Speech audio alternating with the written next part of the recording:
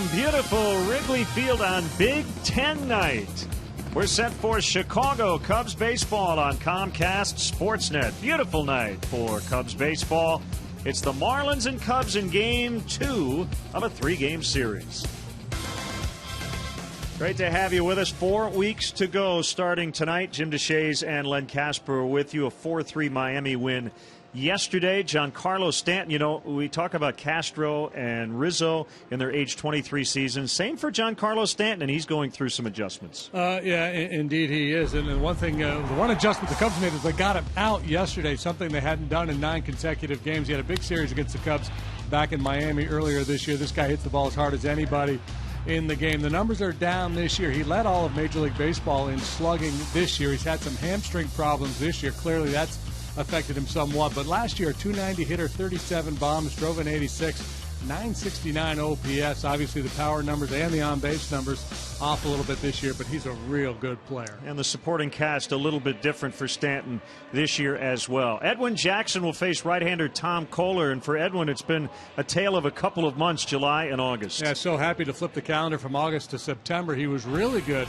in 5 July starts, 3-1 with a .183, but August, 5 starts, winless with a .597 ERA. And Kohler, the right-hander, will pitch at Wrigley Field for the first time in his career. So yesterday, the Marlins got that big home run from their pitcher and beat the Cubs 4-3. The Cubs try to even the score tonight. We'll have the middle game of this 3-game set coming up next.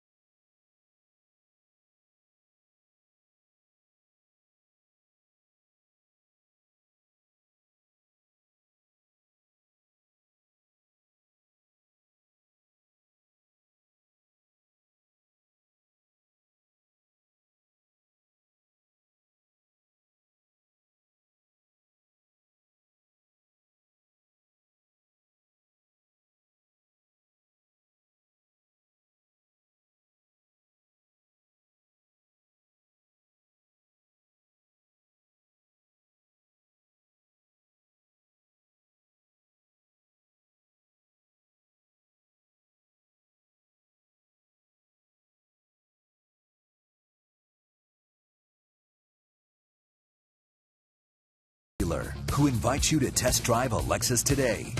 Blue Cross and Blue Shield of Illinois. Through it all. BMO Harris Bank.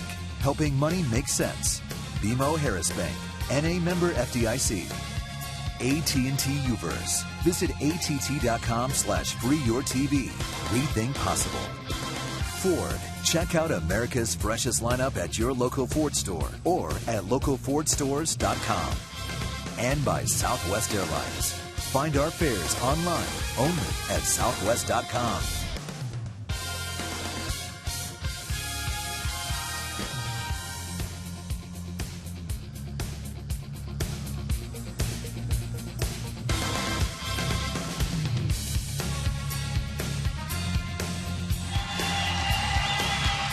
Welcome back to Wrigley. Cubs hosting the Marlins tonight. The breeze coming in off the lake.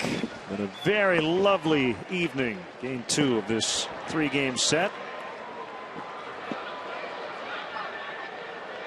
And just a few minutes ago, Staff Sergeant Guillermo Calderon was honored with the 33rd Infantry Brigade Combat Team Bravo Battery, 122nd Field Artillery, located in Crestwood, Illinois. Sergeant Calderon has completed one tour in Afghanistan and has been awarded the Bronze Star Medal and Combat Action Badge during 7 years of service with the Illinois Army National Guard. And we've got some roster moves. 4 players added to the mix, including 3 pitchers. Justin Grimm came over in that Texas deal. Matt Garza going there, so he's called up from AAA Iowa. Brooks Raley, the left-hander, we've seen him before in the big leagues, recalled from Iowa. J.C. Boscan has been here before. He was recalled. And Zach Rosscup had his contract selected. J.D., he was in the Garza deal, but the other Matt Garza deal, he came over from Tampa Bay prior to 2011. And finally, James Russell gets a little help from the left side out there in the bullpen. Now Dale Swain, for at least the month of September, will have a couple other options besides Russell when he's looking for a left-hander. Russell's done yeoman's work, being the only guy out there pretty much all year long. Dave Chappelle designated for assignment to make room for the left-hander Rosscup on the 40-man roster. Also great to have the Chicago Force women's tackle football team here, the champs. An 81-34 win over the Dallas Diamonds to win their first WFA National Championship title. So good to have them here at the ballpark as well. Sammy Grasaffi did a great job with the national anthem as well. Yeah, I think she's the quarterback. She can sing. Yeah, very, very talented. So they're going to have some fun here at the ballpark tonight. Chilly night here at Wrigley, but a beautiful night to play. Well, it said 4 weeks to go, I guess minus a day, since this is kind of the night game kicking off this week. After tonight, the Cubs only have 2 home night games left on their schedule. So it's starting to dwindle here as we head into the month of September. Oh, my goodness. I got nothing. I'm not sure what who those masks were supposed to be. Well, we know Edwin Jackson is taking the mound, and he will face this Miami Marlins Southwest starting lineup. 435 runs, the fewest in the majors, even though they won yesterday 4-3. Chris Coghlan will get his first big league action at third. Donovan Solano's at second. Christian Yelich, a homer yesterday among his 3 hits. Stanton, the cleanup man, in right. Justin Ruggiano's in center. Logan Morrison gets his first start of the series at first. Adeiny Echeverria's at short. Jeff Mathis, the catcher, and the pitcher, Tom Kohler. And the Cubs defensively, Junior Lake gets the night off, so it's Bogusevic, Sweeney, and Shearholtz in the outfield. Valbuena, Castro, Murphy spells Darwin Barney at second. Anthony Rizzo at first. Castillo behind the plate. Our Lexus pursuing perfection starting pitcher is Edwin Jackson. He's 7-14 with a 4.90 ERA through 26 starts. He's been really, really good in this ballpark of late. His last 5 home starts, he's 4-1 with a 1.07 ERA. Jim Wolf, the home plate umpire. Ed Hickox at first. The crew chief Jim Joyce at second. And Jeff Nelson is over at third. So that's your umpiring crew. Edwin has not had a lot of success against the Marlins in his career. He's 1-6 with a high ERA, higher than 6.39 to be exact. But we're going to find out if it's the shirts or the guys in the shirts, because this is a new look Marlin club. You want to know who's pitching tomorrow? We can tell you. We knew Jeff Samardzija was going to pitch for the Cubs at 1:20, and we'll have it for you here on CSN. Left-hander Brian Flynn will go for the Fish. He'll make his big league debut.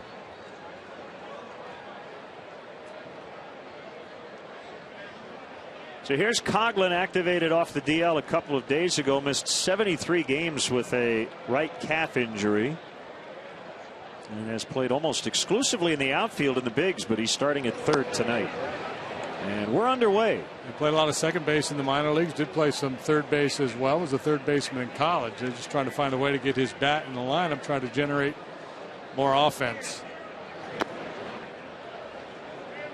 National League Rookie of the Year, Chris Coghlan.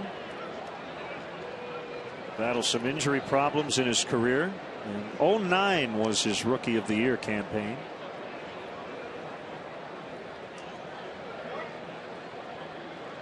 Veteran Jackson coming back. That's low, and it's 3-0 on the Marlins leadoff hitter. And Coghlan, the 2009 Rookie of the Year, and that's instructive because so many times a young player comes up, has success, and the thinking is, well, he's good and he's only going to get better. Not necessarily the case. He's already 28 years old. There's the first strike, caught the inside corner to make it 3-1. Solano and Yelich, and if anybody reaches, Stanton here in the Miami first. Fouled away into the upper deck. Talk about that good work Edwin has done in this ballpark lately. He started the year 0-5 here with an ERA of 7.83. That was his first 6 home starts. And then he's got on that real nice run here, which has not allowed more than 1 earned run in those last 5 home starts.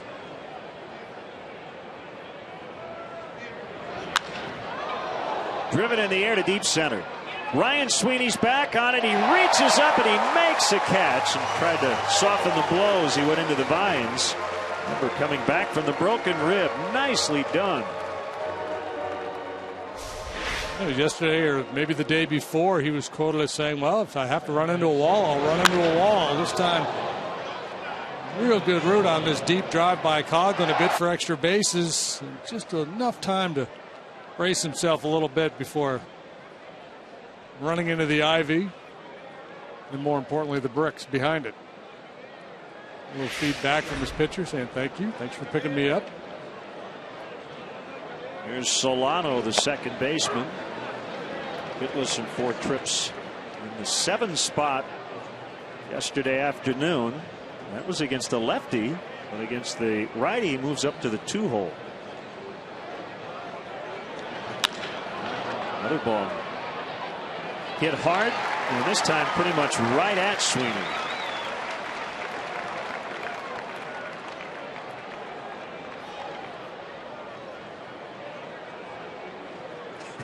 Edwin's saying, well, the good news is I've gotten 2 outs, but I'm not so sure I like the loud noises.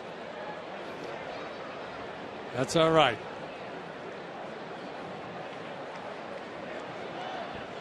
It's a results-driven business. Yeah, you can relate, right? Take the outs. Take the outs. Just realize you got away with maybe a mistake. Well, this kid, good-looking young hitter. 3 for 4 with first inning homer on Monday afternoon. 2-0. Well, that's part of the process in terms of changing things up here for Edwin, not getting behind these hitters. Went to a 3-ball count on Coghlan, and he's 2-0 here on Yelich.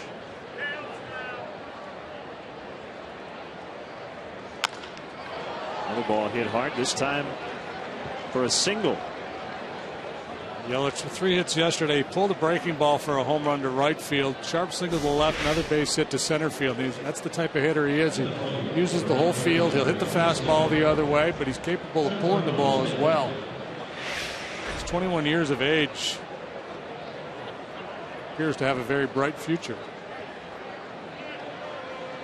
Now Stanton, we talked about him in the open. He's still just 23. He's battled injury this season. It's 36 games with a right hamstring problem early in the season. Still a very dangerous presence in this lineup.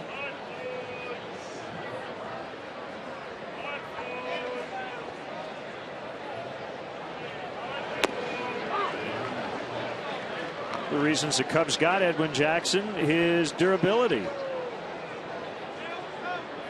on pace to get to 30 starts for his 7th consecutive year. One of just 8 pitchers going into this season, 30 plus in the last 6 in a row.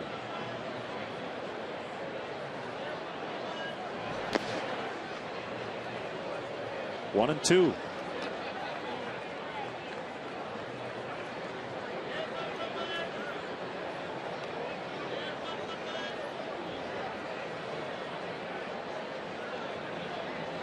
Stan's hitting just 245, but he looks hitterish all the time. He's ready to swing the bat.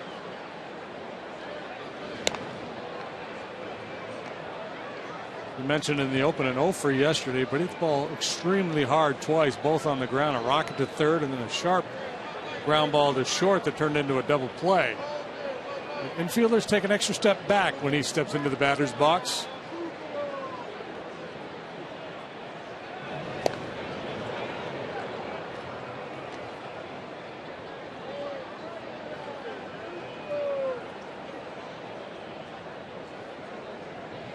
Yelich can run a little bit. He's 4 out of 4 in steal attempts. Decent numbers as a minor leaguer in the stolen base department.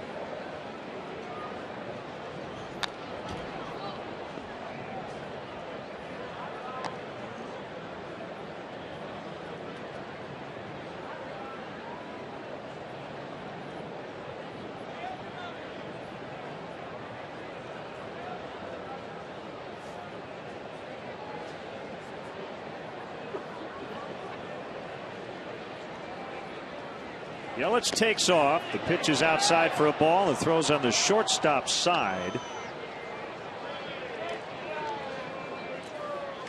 Yelich 5 for 5. That's 18 steals, only 1 caught with Edwin on the mound. Long strides. Got a shot, but the throw had to be perfect to get him. Willie a little bit out of sync there, a little off balance, trying to set his feet to make the throw. Time 2-2 on Stanton. Ruggiano on deck.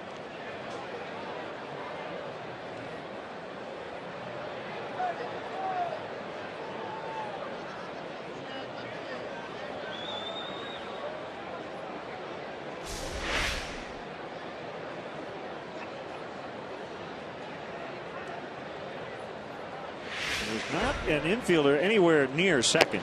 Stanton chased a slider way out of the zone. And Jackson gets out of it. Got some help. First batter of the game robbed of extra bases by Ryan Sweeney. Cubs are coming up.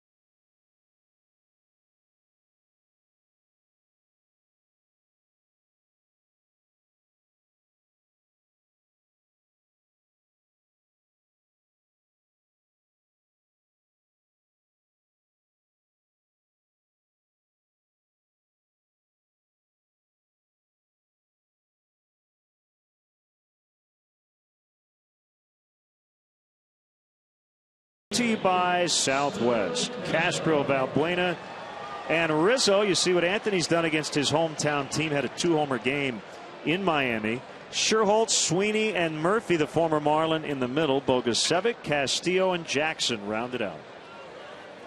The Fish in the field feature Yelich, Ruggiano, and Stanton in the outfield. Coghlan, talked about him making his first ever start at third base in the big leagues. Echeverria, the shortstop. Solano, second base. Logan Morrison's the first sacker.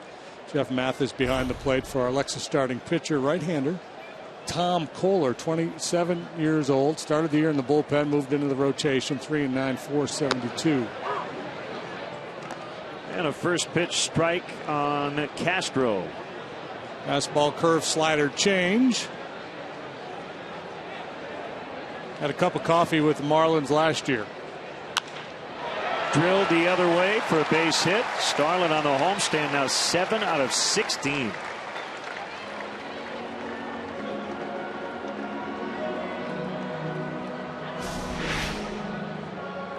Well, looking to finish strong and been swinging it well lately.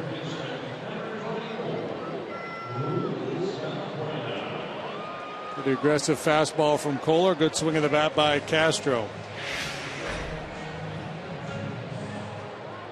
Kohler's had first inning problems this year in his starts. He has a first inning ERA of 8.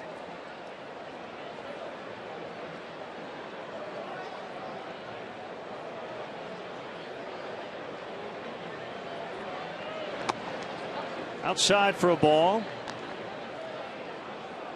on Luis Valbuena. Kohler was born in the Bronx, New York. 27 years old, went to New Rochelle High School and then Stony Brook University. 18th rounder of the then Florida Marlins in 08. 1-1.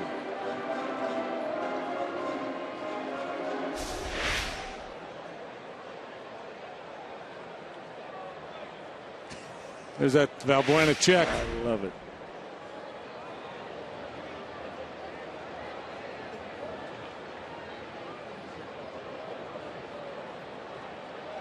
Kohler pitching in this park for the first time. He faced the Cubs in relief earlier this season in Miami.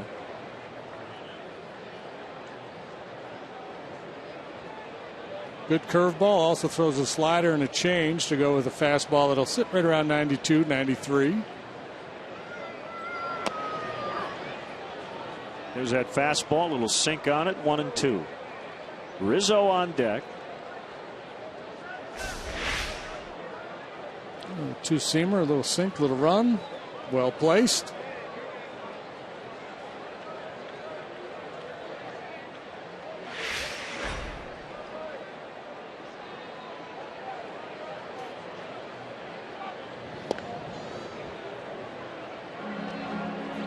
They're the Seawolves, Stony Brook University.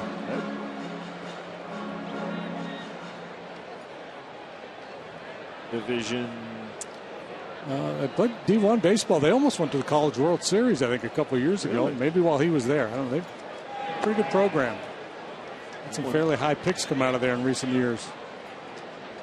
And this badly, 2-2.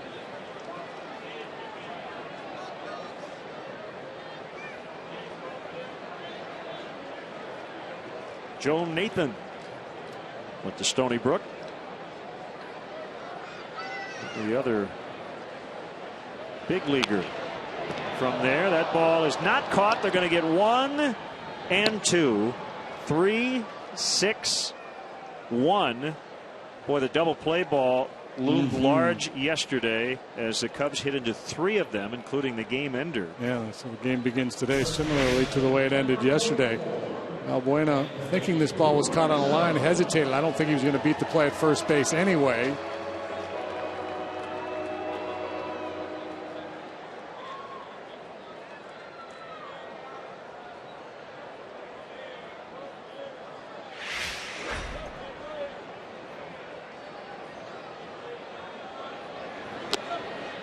Ball 1 to Rizzo.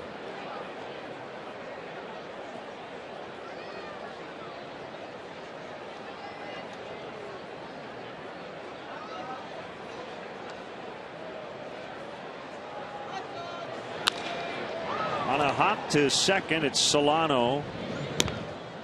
And that's it. Yeah, Travis Jankowski, drafted in the first round out of Stony Brook last year. Good call, partner. And a 1, no score. Go Seawolves.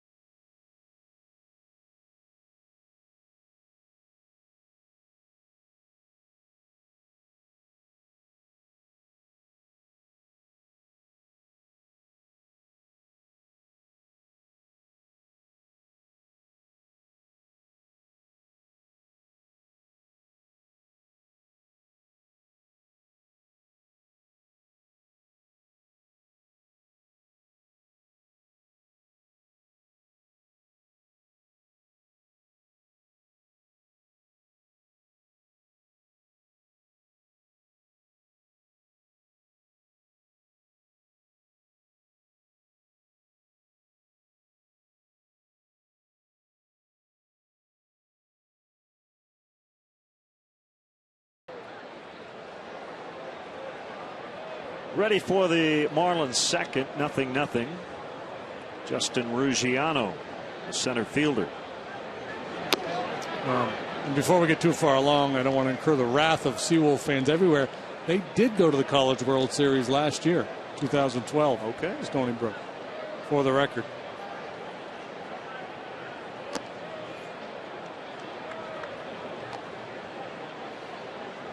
Pretty night. Oh, great. 67 degrees and east wind at 6.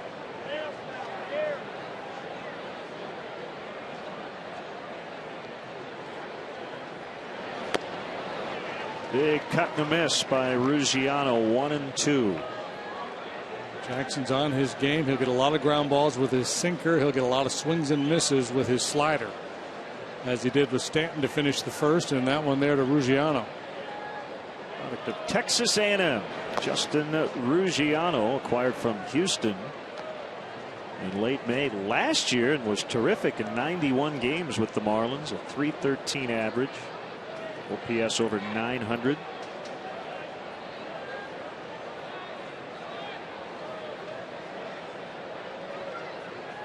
Now with a .222 average, he is slugging .405. It's been an awful year in that regard. 16 home runs, 104 games.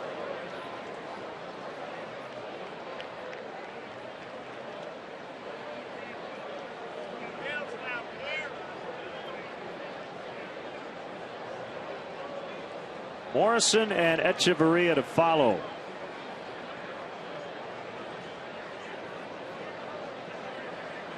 Jackson throws and it's full, 3-2.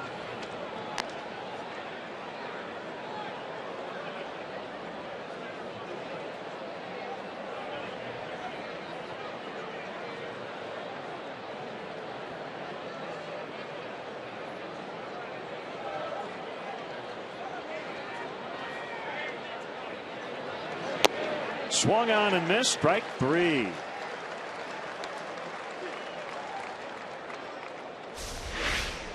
Wellington set the target on the outside edge, said get it down. He did, down below the zone, but close enough where Ruggiano was willing to take a whack at it. He too comes up empty. 93-mile-an-hour heater.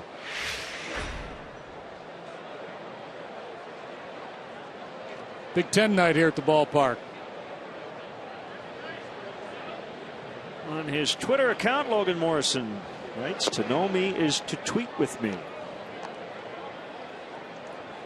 There's over 120,000 followers.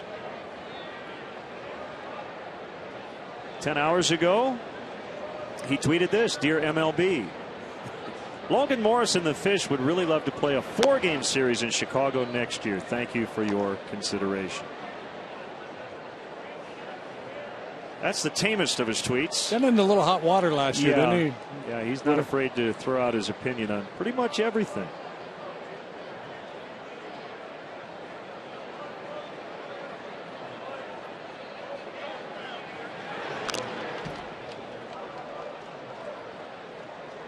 He's had injury problems as well. Began the year on the DL, recovering from right knee surgery. Missed the first 3 months plus. Made his season debut on June 9th, which marked his first big league game since July 28th of last year. Like Coughlin, his best big league work came when he first came to the big leagues. Sweeney backpedaling on to the warning track to make the grab.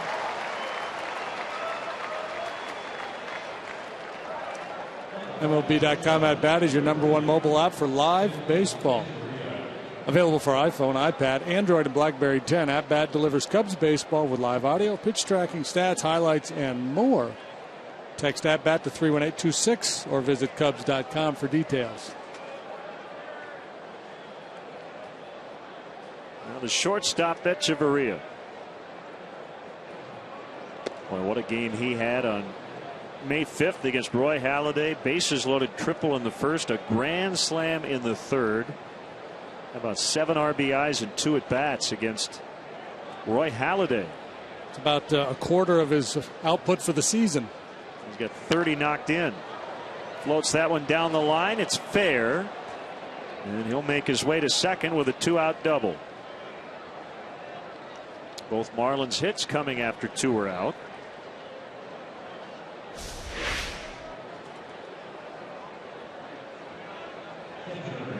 Yeah, easy double, and with his speed, with a little misplay in the corner, maybe gets 3 bases, but Bogusevic hustling over to handle that carom. Mathis, the 8-hole hitter, up with a base open. Kohler, the pitcher, on deck.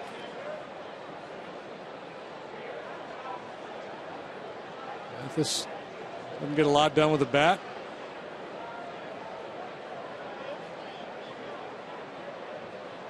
I'd go right after him. Have that pitcher leading off the next inning.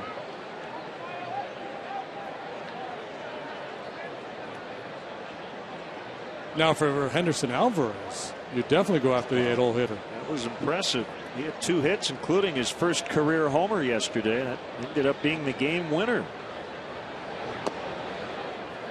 2-1. Underway in Milwaukee, Andrew McCutchen in the top of the first with his 100th career homer. But the Brewers coming back with 2 in the bottom of the first and still batting. They lead 2-1. Pirates a game up on the Cardinals starting play tonight. Cardinals are in Cincinnati and they're scoreless in the 6th. Homer Bailey, and is it Lance Lynn tonight? Double check. It is Bailey.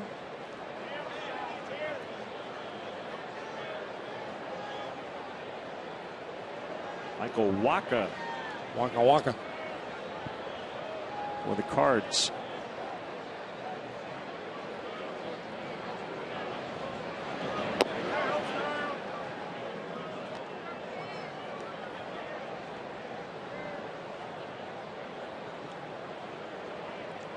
Two to Mathis.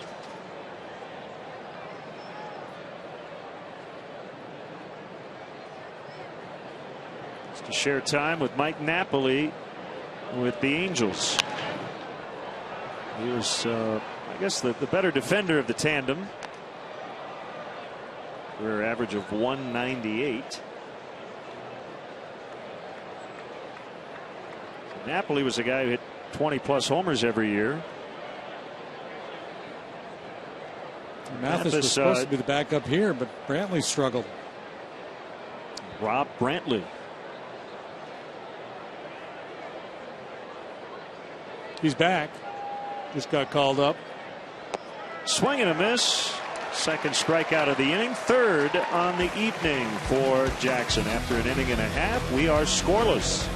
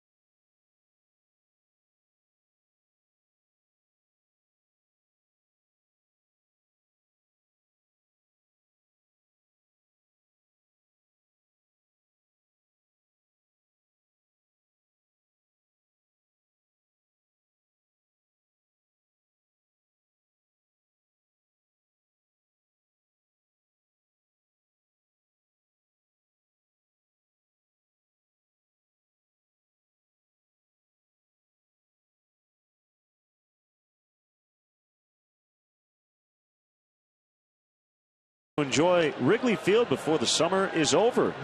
The Cubs play one more tomorrow against Miami and then finish the homestand with 3 versus Milwaukee. To purchase tickets, visit Cubs.com.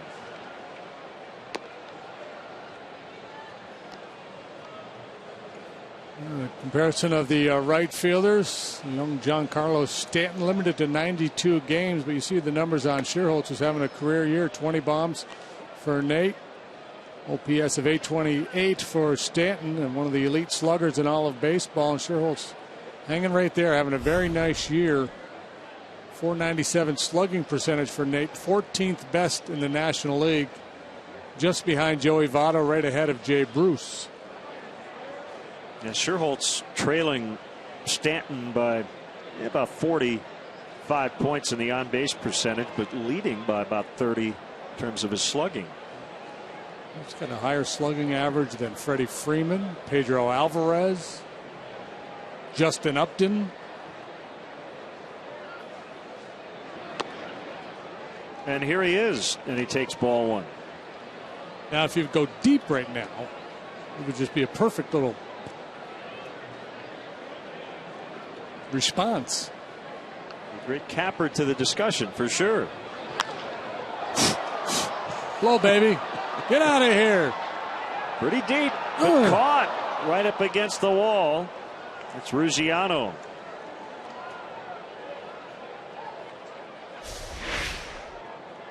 Got a pretty good ride.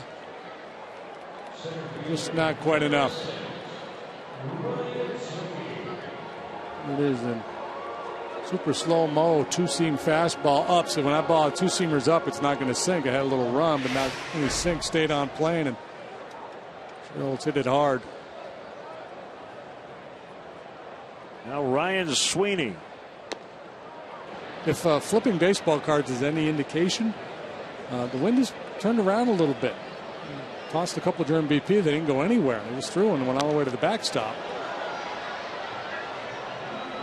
I don't know if that qualifies, get on the evening news with my weather report. But that's science. It's applied science. Swing and a miss. He got him. Kohler with his first strikeout. A good hook, as advertised.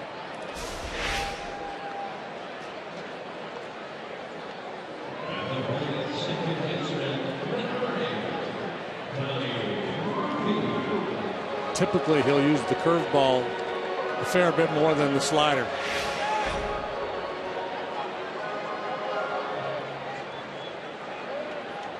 The ex-Marlin Donnie Murphy,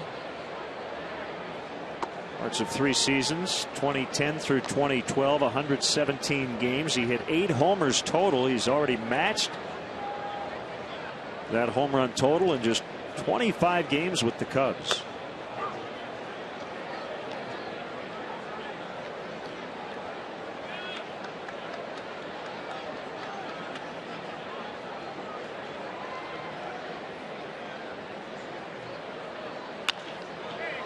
Toward the hole, through, and a base hit.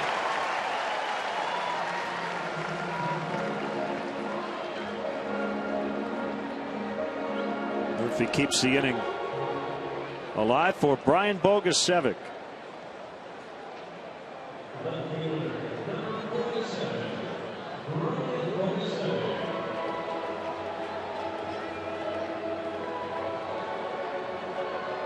So we mentioned that Kohler went to State University of New York at Stony Brook, and that they're the sea wolves. I thought maybe that was just like a fictional creature, but there actually is a sea wolf. Is it? Let me guess. Is it like a seahorse? Well, it's the Atlantic wolffish, also known as the sea wolf, Atlantic catfish or ocean catfish. Okay. And the wolf eel is the common name for its Pacific relative. This is all from the Google machine. The marine fish, the largest of the wolffish family. Big long word that I'm not going to try to pronounce. I saw wolffish over at the Aragon a few years ago. They were great. Yeah. 2 full sets. We got Jim Wolf behind the plate. This might be a little bit of a conspiracy. See how big the zone gets. A sea wolf on the mound and a wolf behind the plate.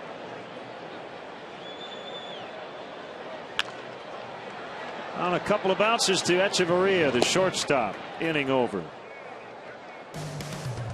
Whatever you want to know about college nicknames, Jim DeShays has all that info. We love him for it. Nothing.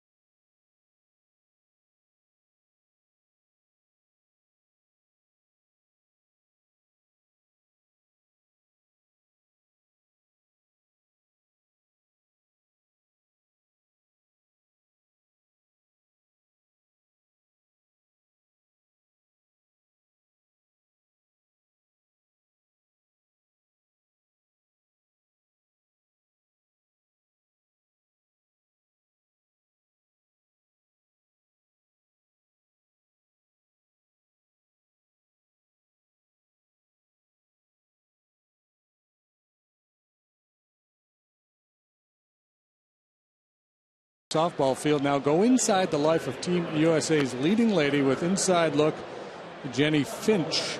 Hear her take on PEDs, learn why Chicago has a special place in her heart, and see how Finch has raised the profile of her sport worldwide. Watch Inside Look, Jenny Finch, tonight at 11 on Comcast Sportsnet.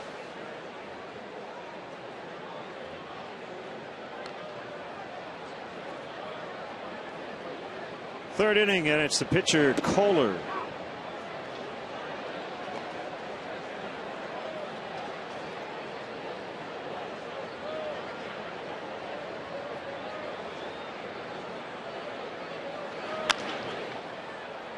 It's contact as he bounces one to Castro, and he's out 6-3. Let's get our Coors Light freeze cam. The first out of the game was a loud one. Ryan Sweeney making the grab on the warning track in straightaway center, robbing Chris Coughlin.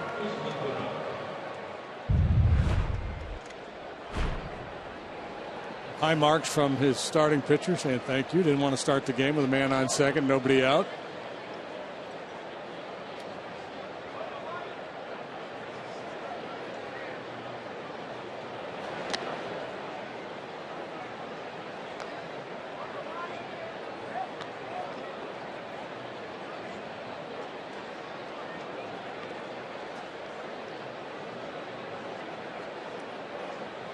The wind and the 1-0 pitch is a strike. It's 1-1.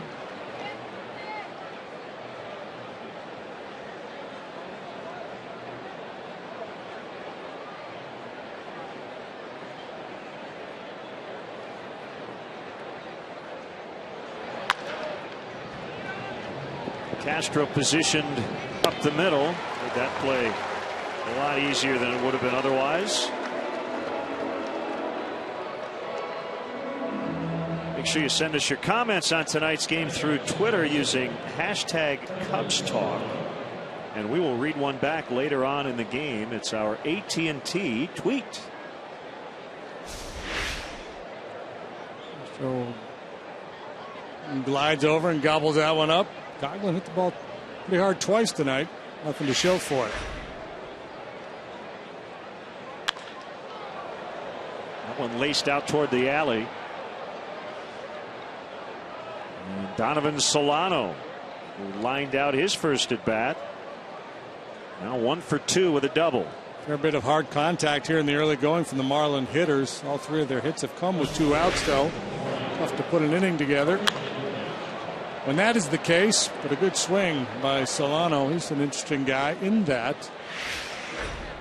He had 2 home runs all of last year. They came in the same game.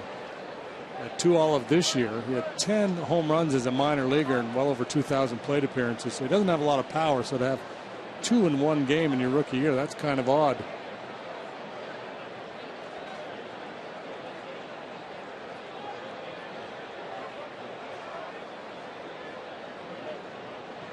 Yelich with a runner at second and 2 outs. The pitch. Strike.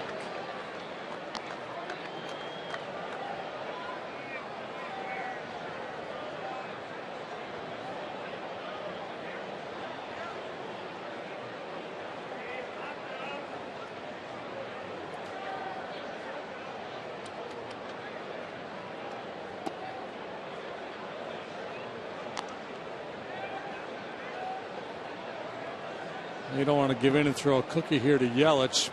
You've got Giancarlo Stanton on deck. You don't want to face him with a couple of men on base.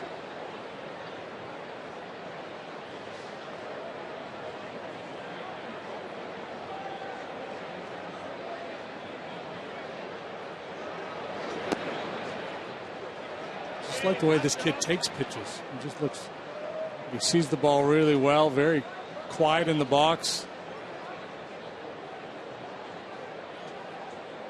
Got some real good instruction as a kid, or maybe it just came naturally to him, but looks like a hitter.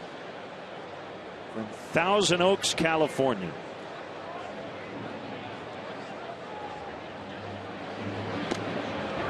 And Westlake High School, same high school that produced Mike Lieberthal, among others. His grandfather supposedly was an art major, and his grandfather played in the NFL and apparently designed the helmets that the Rams wear, the yellow horn on the blue background. Oh, really? Yeah. That's pretty cool. Yelich, the Marlins minor league player of the year each of the last 2 years, but he fans in this at bat. So Jackson's given up a 2-out hit each of the first 3 innings and no runs.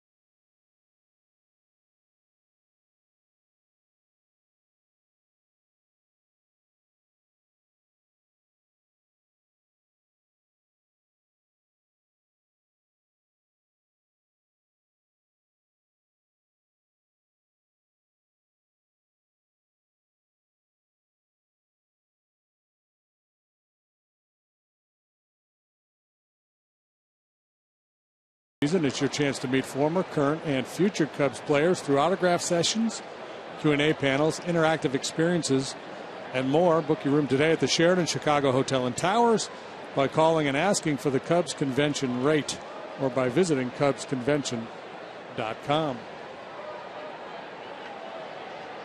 8, 9, and 1 in the Cubs batting order, starting with the catcher, Wellington Castillo. A little streaky lately. First pitch swinging, deep center.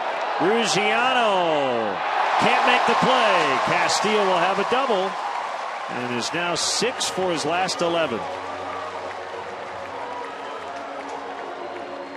Yeah, turn the clock back, 2-3 weeks he went through that stretch where he was hitting the ball hard like every at bat.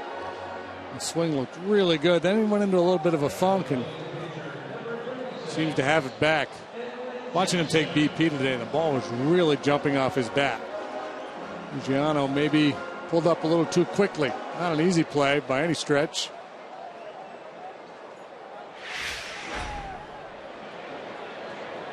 Jackson's job's to get him to third.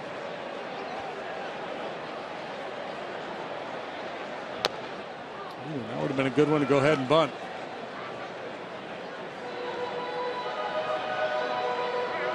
In a bunting situation, get a strike, go ahead.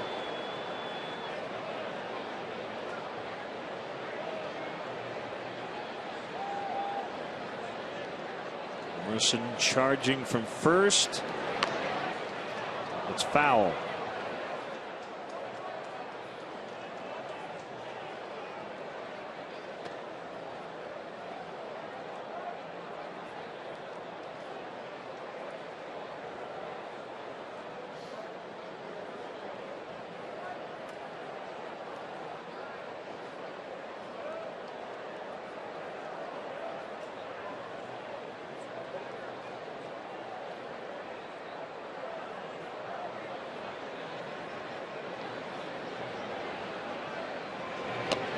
He strikes out, couldn't hold up on the swing. So Jackson unable to get Castillo to third. Now, I want to warn you, this next thing we're going to show you is rather graphic, but since we've been talking about Seawolves, Stony Brook University, that's the nickname. This might be the ugliest animal ever used as a nickname in college sports history. That is a Seawolf.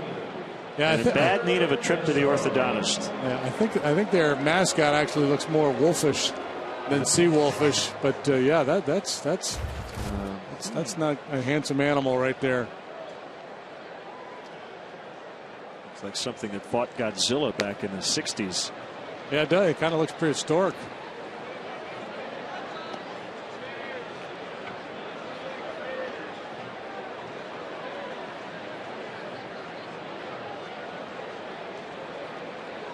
Okay, get that image out of your mind. 1-0 on Castro. Up the middle and off the leg of Kohler. It bounces right to the third baseman Coughlin, and they get the out. Kohler's down, however. Castillo at third, 2 outs, but the Marlins have a problem with their starting pitcher. And remember, they had to take out Henderson Alvarez a little early yesterday. Let's see where it got him. Back of the knee. Back of the right knee, it looks like.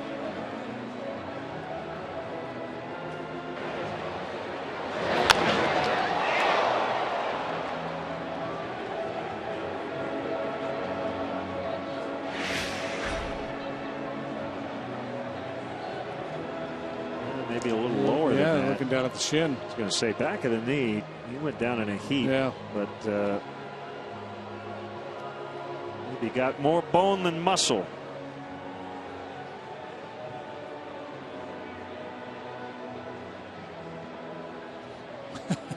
Down at the fire station, all the boys are getting their gear on just in case.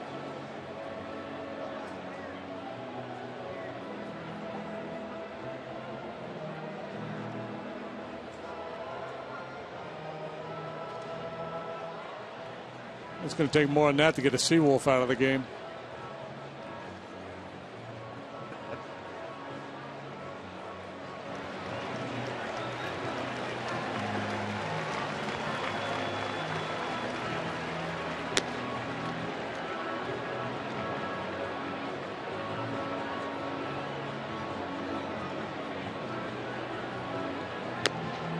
Kohler's all right. Well, we have a chance. A reminder, Sunday, don't miss the premiere of Bears pregame live on Comcast Sportsnet. CSN is your new home for the most comprehensive Bears game day coverage from a Chicago perspective. Join Chris Bowden and former Bears Dan Jiggets and Jim Miller for Bears pregame live. Sunday at 11 only on Comcast Sportsnet. That's a great panel. Bowden, Jiggets, Miller.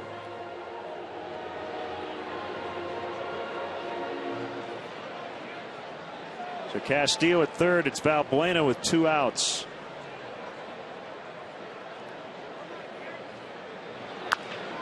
And he pulls it foul.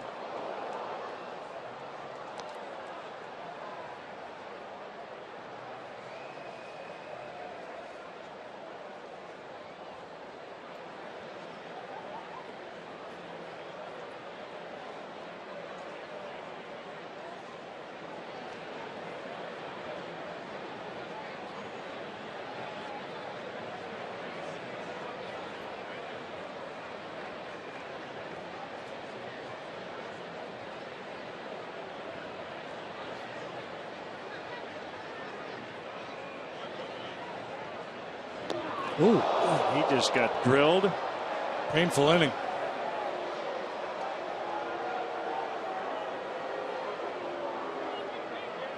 He's not getting up quickly either. He just got back.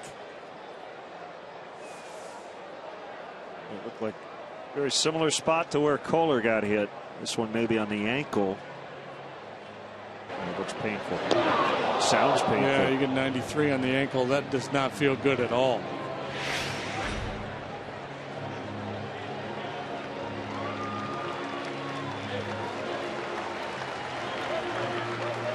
Ed Halbert checking on him with the manager.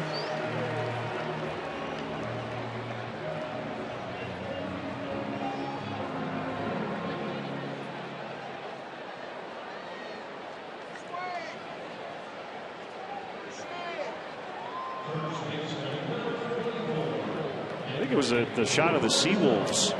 Kind of upset the whole karma of the thing. Yeah.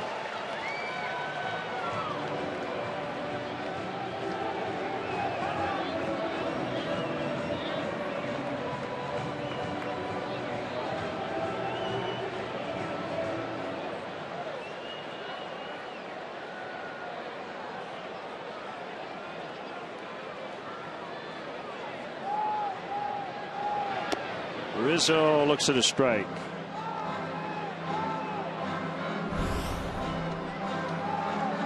Our AT&T U-verse multi-view, promising start to the inning. The double by Castillo, but there are 2 outs, runners at first and third. Cubs still trying to get on the board.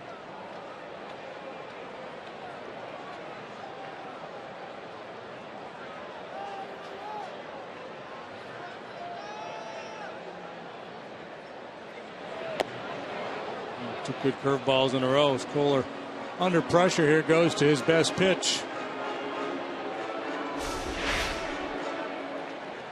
Just 3-9 with a 4.72 ERA, but he certainly has the pitches to be a successful major league pitcher. Kohler in his first full year in the big leagues, 27 years of age.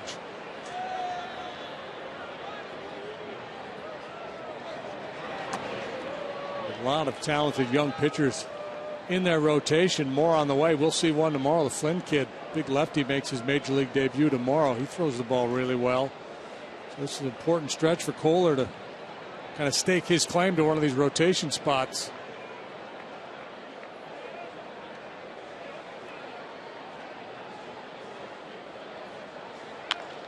Ground ball, diving stop. Coughlin in his first game at third in the big leagues, and he gets the out at second. What a play by Coughlin to keep the Cubs off the board, and we remain tied at 0 after 3.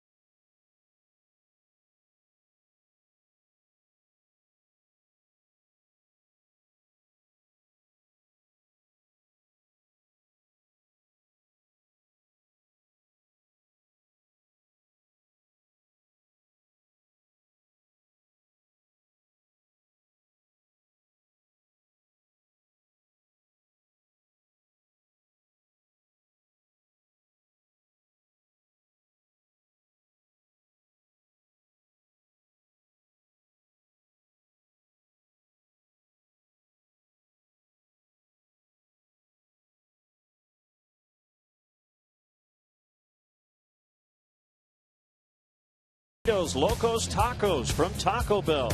Liv Moss.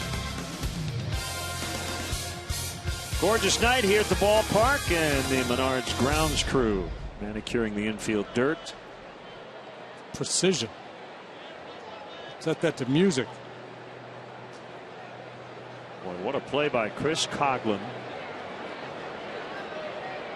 Playing third base for the first time in his career. Or actually tonight, the only other infield time for Coghlan in the big leagues, 7 2/3 innings at second base.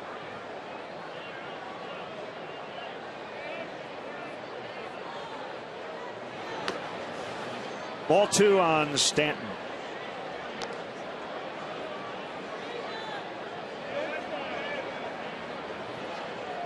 By the way, I don't think Coghlan was moved to third because they consider him a Gold Glove in waiting defender. It's because they've got a plethora of outfielders, and as you mentioned, they're not scoring runs. Yeah, averaging right around 3 runs per game.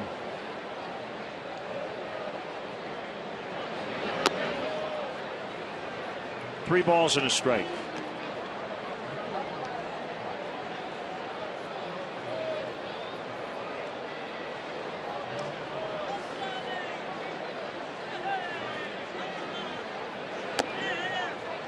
Leadoff walk. First time they've had a base runner with fewer than 2 outs.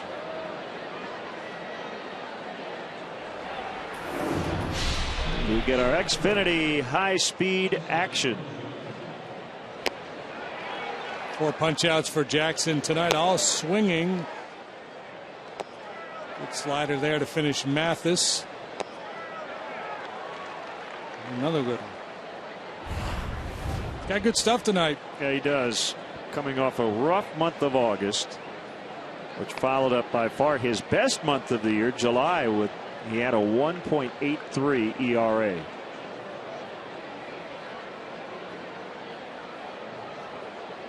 Six 2/3 last time against the Dodgers. Allowed 6 hits, 4 runs, 2 of which were earned.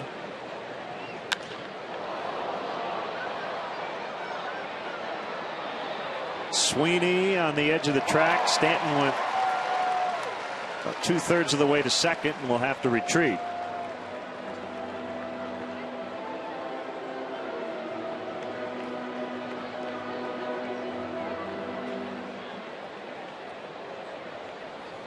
Edwin allowed a couple of home runs last time out. Hanley Ramirez, Andre Ethier got him. All in all, though, not a bad start. Just bad timing up against that Dodger pitching staff. It was Ricky Nolasco with 8 shutout innings in that 4-0 Dodger win.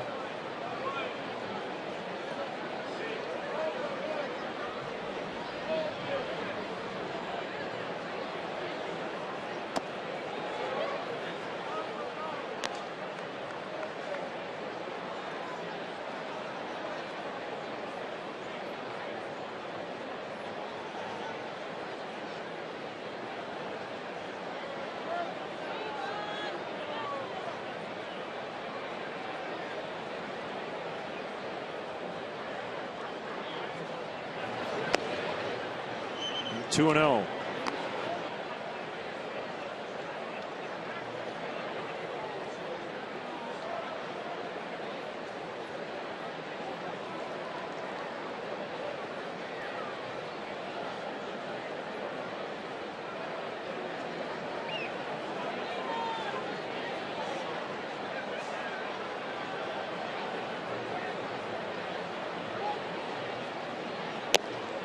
Three and 0. Well, he walked Stanton to start the inning.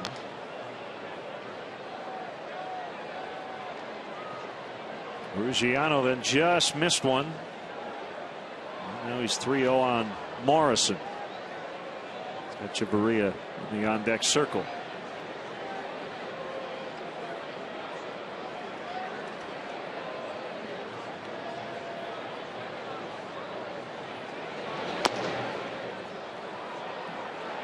Ball 4. Was asked today on the radio, how do you explain Edwin's season? And it's a really good question. There has been some bad luck. You look at his FIP, his fielding independent pitching number. It's 3.68, whereas his real ERA is approaching 5. Batting average on balls in play, not terrible. The ground ball percentage is up this year. I think it's just a bad year. I mean, he looks physically the same as he has looked all year mechanically. Velocity, I think, has been pretty decent most of the year.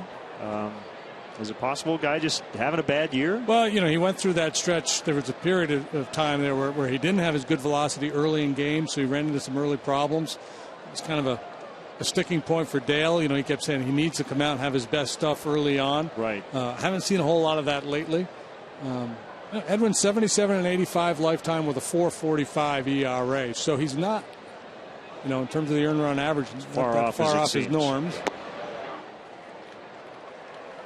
The OPS against, it's basically what it's been in his career. I mean, there's no one number other than the ERA and the record. Well, he's keeping the ball in the park. He's only allowed 13 home runs all year. Nothing that just totally jumps out at you and you say that's why he's having the year he's having. 1-1. I mean, you know, he could go on a nice run here and finish the month, and you know, at the end of the day, the numbers would look very similar to his career numbers. I mean, the wins and losses you almost have to discount when you analyze the starting pitcher. Run support he's getting is actually better than his career average. Fouled back.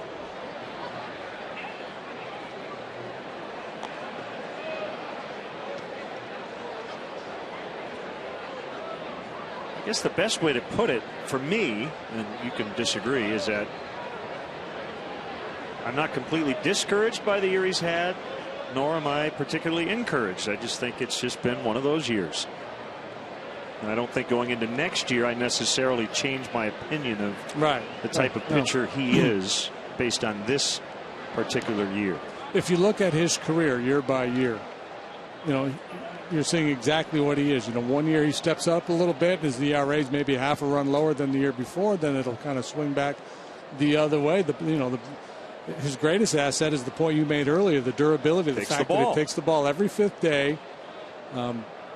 It's a percentage play. When you talk about a starting rotation, you got at the top of your rotation, you want him to have, you know, X number of dominant starts and then a big percentage of really good starts and on down the line and just a few really bad ones. And when you get down to your fourth, fifth guy in the rotation, you know, they're just not all going to be that good, or you'd have a payroll of $250 million. Your 1 generally matches up with a 1, 2 versus 2, 3 versus 3. Your 5 doesn't always face a 1. Right, and Edwin, you know, I think a lot of people are focusing on Edwin because he was the big free agent signing, got the 4-year deal. But he wasn't signed to come in and be the top of the rotation guy. He was meant to be a third, fourth type starter. When you look at his start by start, he's a little bit off this year, but no reason to think that he couldn't pitch better next year.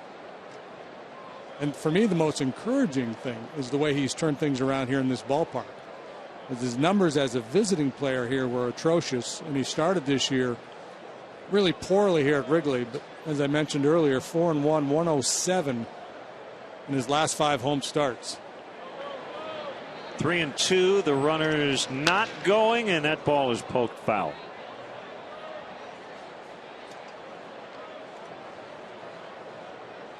And you could certainly argue, well, wait a minute, TV analyst guy, you're talking about sample sizes all the time. That's 5 starts. We're supposed to believe he's got Wrigley Field figured out because he has a really low ERA over 5 starts. And I would say you're right, but at least you don't worry about that mental hurdle of, having never had success here. He's kind of beyond that.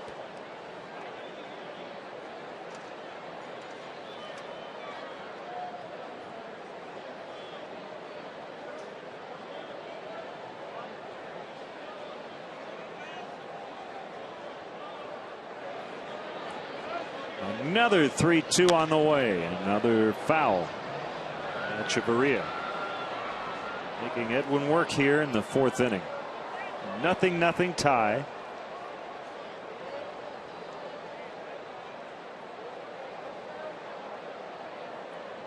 I think the only way next year we bring up this year a lot is if he continues to struggle next season. In other words, if he gets off to a decent start, I think you write off this year as what we just said, just a little bit of a down season.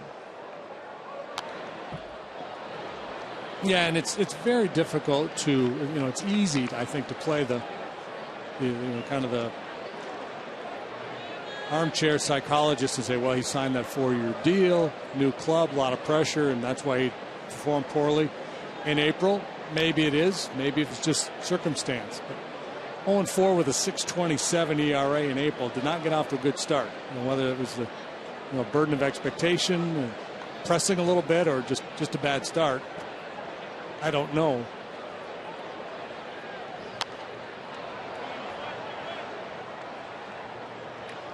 He seems to have the right temperament for the job. Comes to the ballpark every day with a smile on his face. Going through the down times. It didn't seem like he was dragging.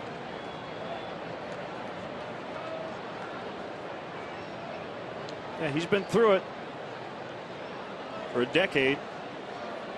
His debut at age 20 on his birthday in 2003. Another 3-2.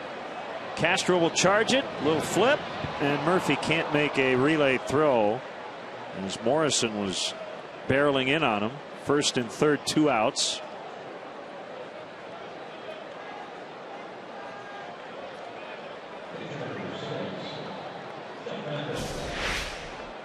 Yeah, not a lot of steam on this ground ball.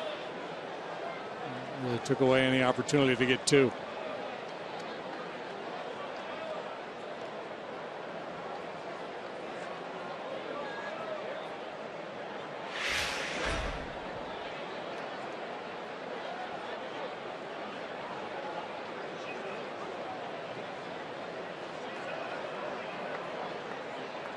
The pitch to Mathis is in there for a strike.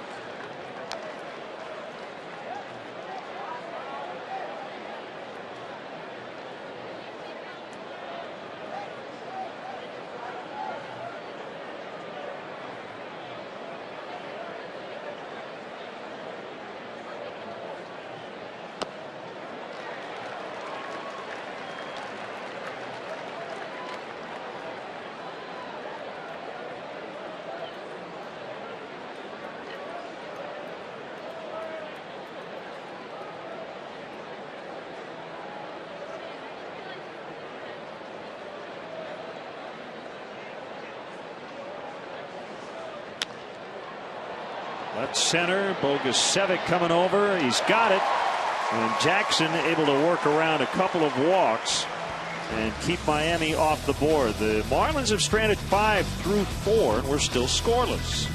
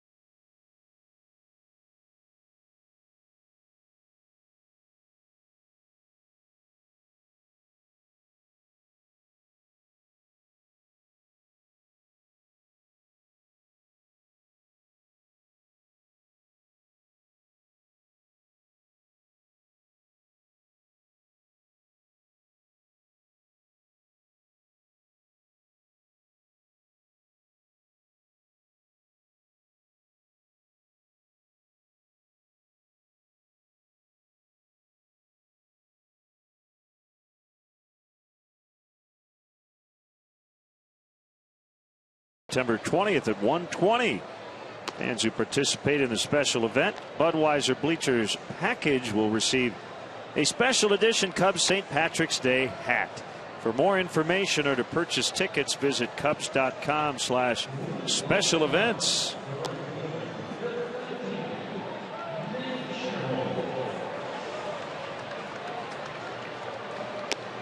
We'll see how Kohler responds. Remember, he got hit on the lower leg in the previous inning. Got a little treatment in that long top half of the fourth. They'll face Sherholtz, Sweeney, and Murphy. That's always the fear, that it would continue to tighten up in those downtimes between innings and be difficult to get it loose again. That's exactly how he's feeling right now. He looked like he was fine throwing the ball. Great to see Angie DeMars, Max Markowski, and John Atlas at the ballpark tonight. In relation to Charles? Good question. I'll have to ask.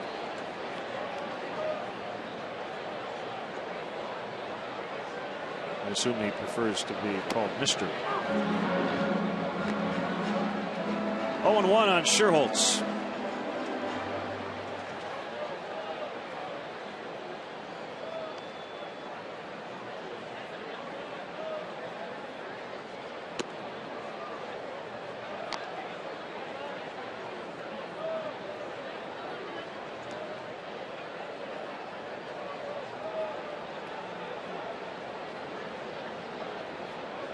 There's really no wind at the moment.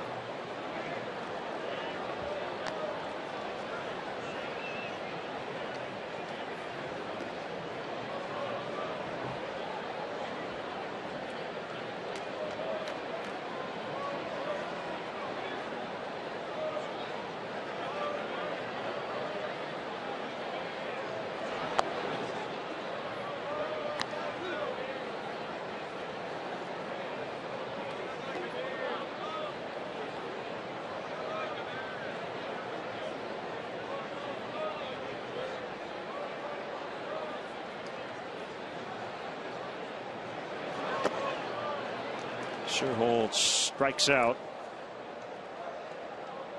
The 3 for Kohler.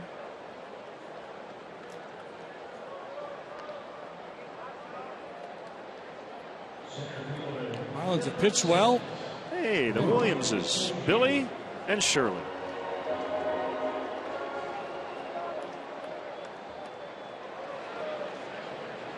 They've got pretty good seats.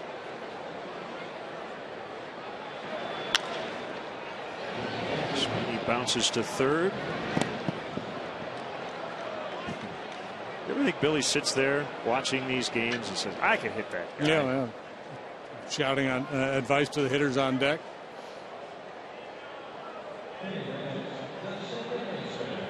Fun to talk hitting with Billy around the batting cage.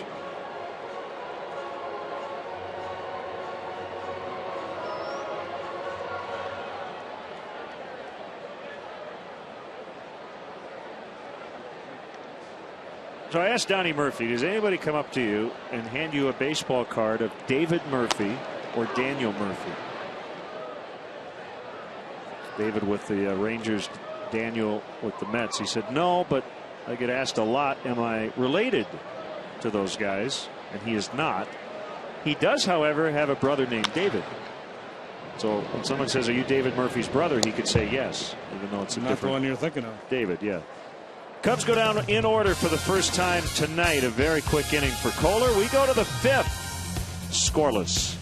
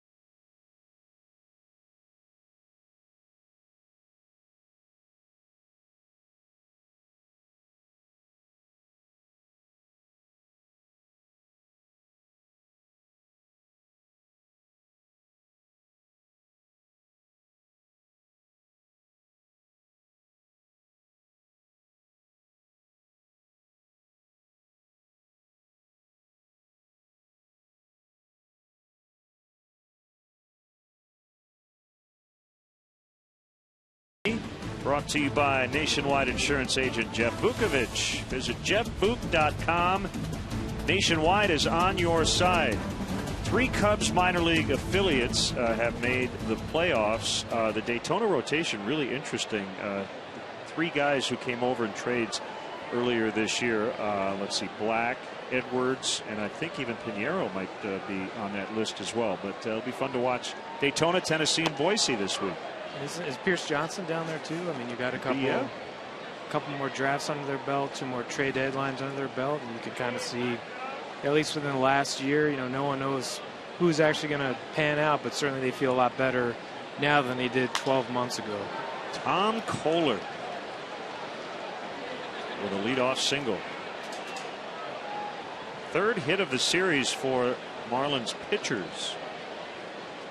Well, at least kept him in the ballpark. Sherrills wanted a shot at throwing him out. He was eyeing first base. Outfielders get greedy like that. So Javier Baez, 37 homers combined, 111 RBIs. The runs knocked in led all of minor league baseball. He tied for 2nd in home runs. If he's not the Cubs minor league player of the year, there probably should be an investigation. It's funny to think of how far he's come at such a really young age. And I got a chance to talk to Tim Wilkin yesterday, the Cubs old scouting director, who's still around. And I was just wondering how this guy kind of fell to them at number 9. And he said, they were basically a barnstorming kind of Harlem Globetrotters. That's what they called them, because they were kicked out of the Florida High School Athletic Association. They played in Puerto Rico, all over Florida, Tennessee, I think North Carolina. And he was someone who grew up in Puerto Rico, came to Florida, and I think he was kind of slow to maybe warm up to people. And I think they got a good chance to get to know him maybe better than others and felt pretty comfortable with him. Coughlin flies to Sherholtz. Chris Coughlin 0 for 3, but a big defensive play in this game. I say, Cubs minor league player of the year. Baez will certainly be in competition for the Baseball America minor league player of the year. He has a chance to win a few awards. Yeah, his numbers stack up really against anyone in baseball. And I think at this point, it's already kind of starting. Where's he going to play? And, I talked to Brandon Hyde today. He said, he has every tool possible that you need to play shortstop at the big league level. He needs more experience, has to cut down his errors. But that, I think, is going to be the next, quarterback controversy here of where they're going to fit, him and Starlin, what they do kind of moving forward. That's kind of the next question, JD, I think, is when you have a player whose offense is so much ahead of his defense, particularly a middle infielder, is how do you put those two things together and figure out when's the time to bring him up to this level? And I think it depends on where you are as an organization. And if you're ready to compete and his bat is ready to play and he's adequate somewhere, you bring him to the big leagues. If you're not, quote unquote, ready to compete, then maybe you buy some more time and let him develop at that premium position. But it depends on where you are. If the Cubs thought that they were going to be in a pennant race next year and Javier Baez was ready to help with the bat, they'd find a place for him. 1-1 on Donovan Solano. Kohler at first. We're with our Cubs insider Patrick Mooney. 1-2. Because I'm thinking if you're Javier Baez and you project, or at least if they project him as an everyday shortstop in the big leagues, if you have that skill set, then you could probably short-term handle third base, left field, somewhere else just to get the bat in the lineup. Well, he's someone who played all over growing up. He was a catcher in high school for some time. They've seen him, as an amateur take balls at third base. And if he has this type of power, he could profile as an outfielder too. So there's obviously, a lot of options. I think what Cubs people love about him is he's a very instinctual player. He's a baseball player. He gets it. He's not just kind of an athlete. Well, I don't want to put this kind of pressure on him, even though I'm going to compare him to a guy who's had a Hall of Fame track career. But I remember when Miguel Cabrera, and I think he was 20, came to the big leagues. Originally was a shortstop, moved to third. He debuted in the outfield. He was a left fielder. Then eventually came in to play third, went over to first, now back to third in Detroit. So the bottom line is he was ready to hit at this level, but maybe didn't find his ultimate destination defensively until a few years later. 3-2 the count. Kohler not running, and the ball is fouled back.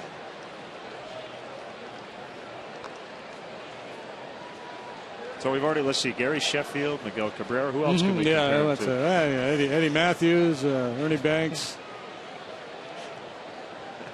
Find out where they're going to put the statue for him. Right. All that stuff. Yeah.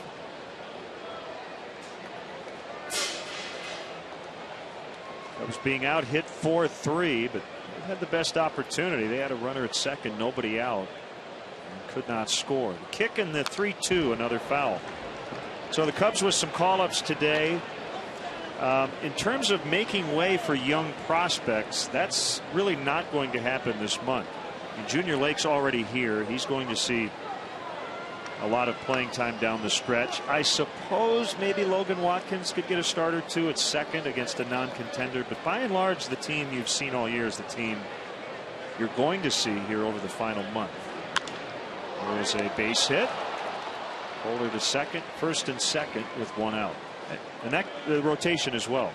Yeah, I think that's probably the most interesting thing of the last, say, 48 hours of Dale saying there's no room in this rotation. We're not really planning to make room for Scott Baker, and he said today, that's kind of news to me, but I get it. They have guys that have come over in trades. There's only so many innings left, and really this was a guy who the timeline kept getting pushed back, and I think they really wanted to see him in September to gauge where he's at and if he could come back next year if that one-year deal. And I think both sides were interested in that, and I think it will be interesting to see if they do find a spot for him, if he gets back in a big league game. That would be huge after missing all of last year. Yelich the batter, 2 on with 1 out.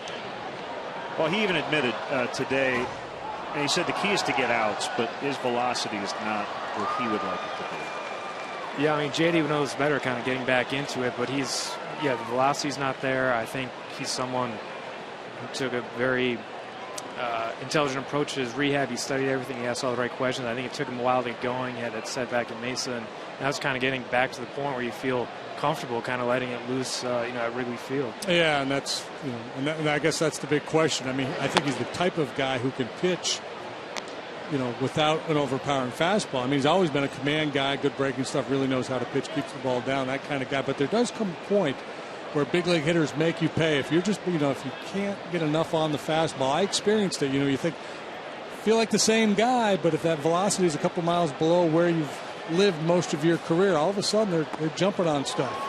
1-2.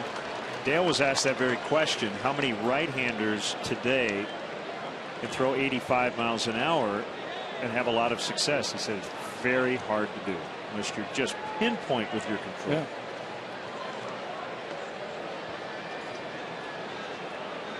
Unless you're R.A. Dickey. They've got a trick pitch. 2 on, 1 out. Stanton on deck. And now 2-2. Interested to see Zach Rosscup, who was not on the 40-man roster.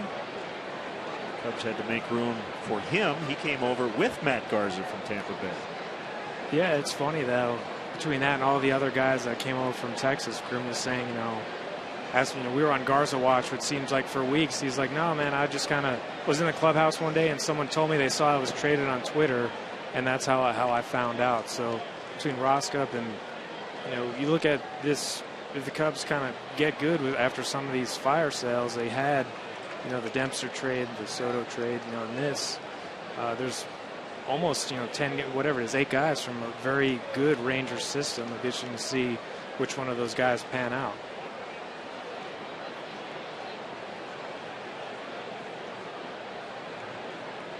See how aggressive Mike Redmond is here. Full count, 1 away in a scoreless tie in the 5th.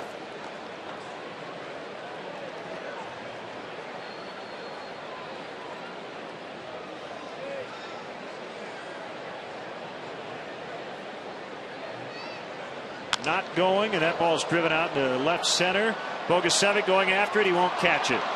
Coming around to score is the pitcher Kohler. Solano is going to be held at third. It's a double for Christian Yelich. He's got 5 hits in this series. 1-0 Miami.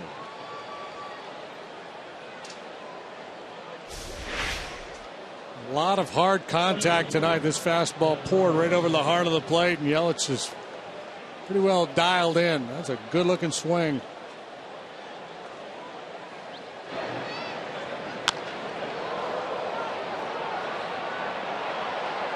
Kohler, the pitcher at second base, not a whole lot of experience on the bases, so he took a little longer to read that one than most other guys. Trouble looming, and the infield is in, not all the way to the grass. Why would you with this guy at the plate? That's one when you look in the dugout and they pull you in as an infielder, especially on the pull side, you're like, are you sure? You want to reconsider this, Skip? Last thing for you, Patrick. We've noticed just a change in body language. Starlin Castro's playing both sides right now with a little more swagger. Yeah, I think he reached that point where he kind of figured, I need to get back to what made me successful up here a couple of years ago. And it's not that he's ignoring or disregarding everything this coaching staff has told him. I think it's kind of incorporating it, and then also, like you said, getting that swagger back. I think he needed it, and especially for someone who kind of drifts at times, I think it really helps him, when he's going good at the plate and he's into every pitch. And, I think this will be one of those years, the Cubs will write off and they'll look back, years from now as probably a pretty good learning experience for him. See Stanton 155 in this spot so far this season. 1-1 the count. Patrick, as always, we appreciate the time. Thanks, guys. CSNChicago.com. Check it out.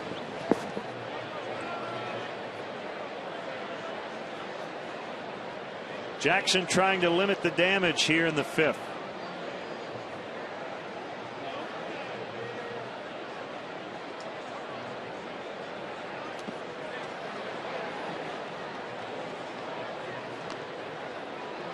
To me, that number, the scoring position number for Stanton, I think says a lot about runners in scoring position.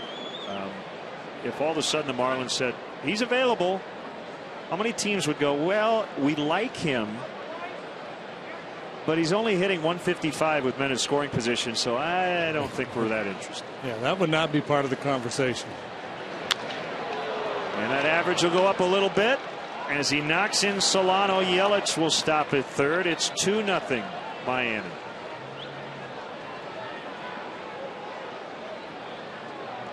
Ball comes off his bat harder than probably any hitter in the league. Hitting the ball on the line on the ground a little bit more this year. That's why his home run rate is down some. Not sure what the intent was with this pitch. I thought they'd pitch around him in this at bat with the base open.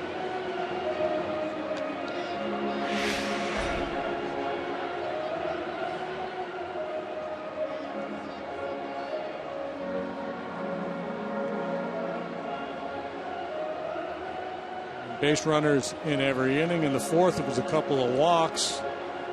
Hard contact earlier, but Edwin was able to pitch around and got some big strikeouts to finish off innings.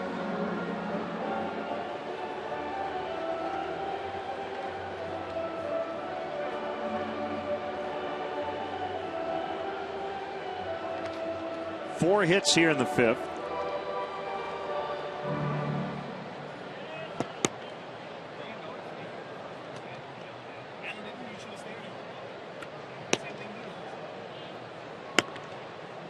An early action in the Cubs bullpen.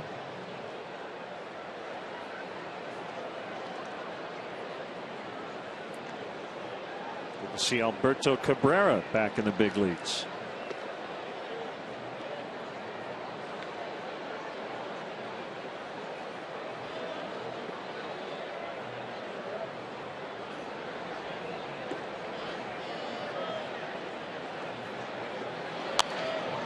Ruggiano fouls.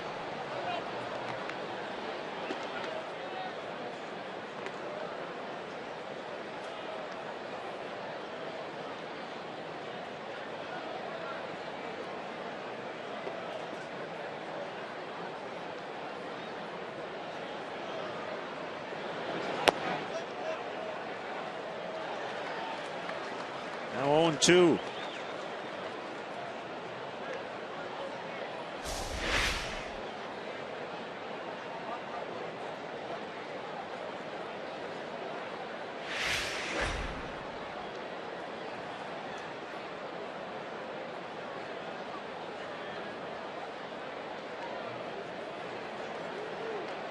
Slider away. Castro, just we're talking about that defense. Makes the error. Ruggiano will get an RBI. It's 3-0. Yeah, it looked like Castro got kind of between a little bit on this ground ball, whether to come and get it or to lay back. He started to come in and then slammed on the brakes. Couldn't handle the short hop.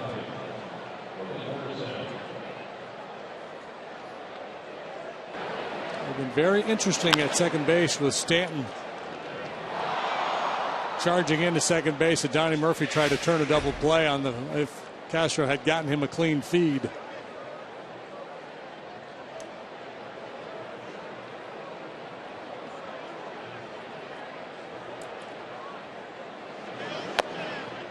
Two on for Morrison. And when approaching 100 pitches, he's at 96. And 1 out in the 5th.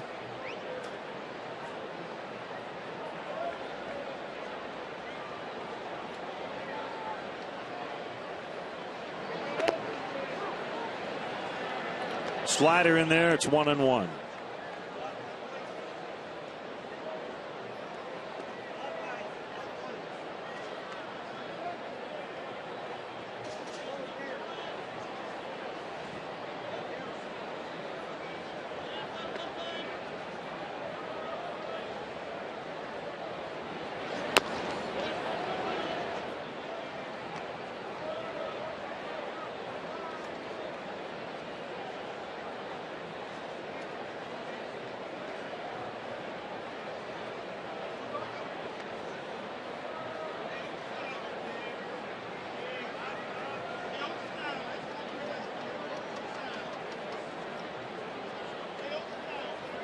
Shook off his sign, now finds the one he wants, and the 2-1 in the left. Bogusevic coming on to make the grab.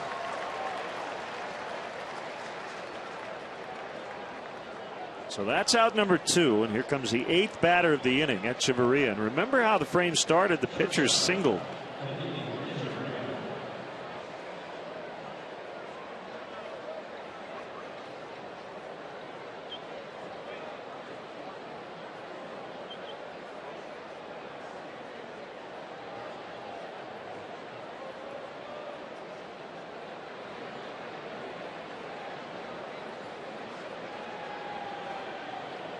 Cubs have won just 5 of their last 23 home games, hoping to get things turned around on this homestand with 3 sub-500 clubs, Phillies, Marlins, and Brewers. They managed to take 2 out of 3 from the Phils, but dropped the opener of this series last night. Now find themselves down 3 here to the Fish.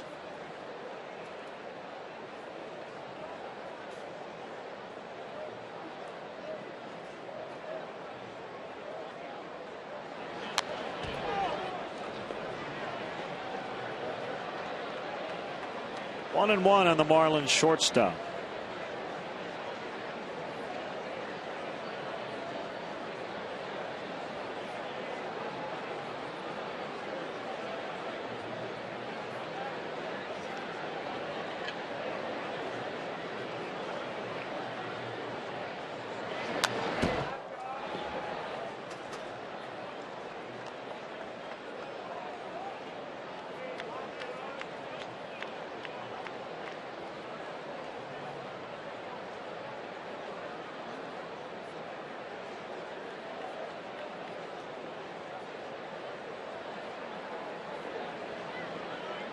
Jackson up over 100 pitches.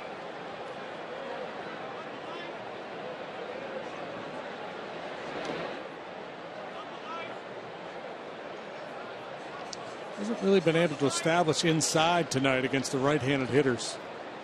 Mostly fastball, slider, and primarily staying middle away.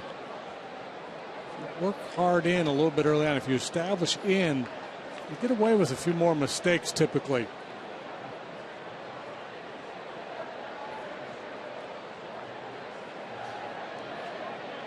Important to make those hitters aware of both sides of the plate. Up in the air, down along the right field line. It'll be Scherholtz to finally end the frame. 4 hits, an error, 3 runs in, and a couple stranded. Bottom 5th, 3-0 Marlins.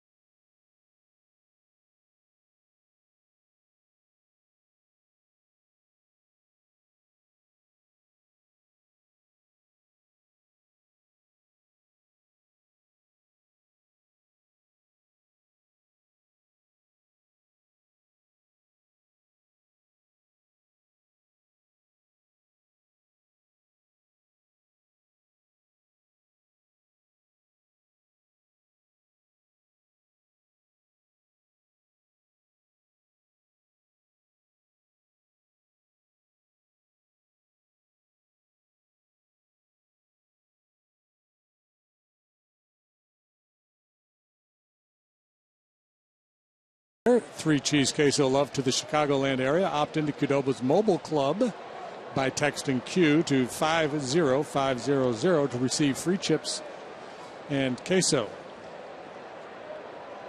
Some work to do here. Edwin Jackson's probably done after 5. His spot due up 3rd here in the bottom of the 5th. Edwin labored tonight. Made 104 pitches in his 5 innings.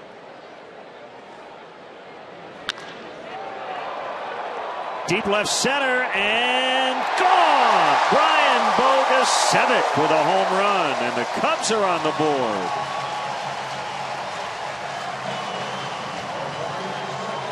That's his 3rd.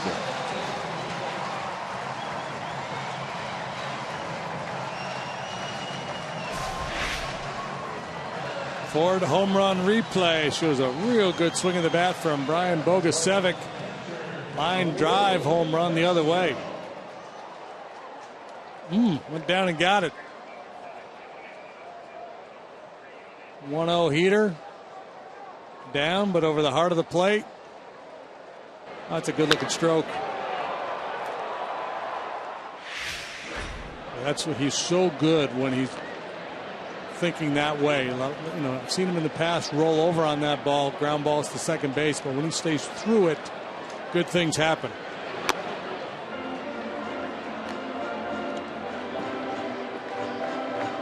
Two 2-0 on Castillo. Junior Lake on deck for Jackson.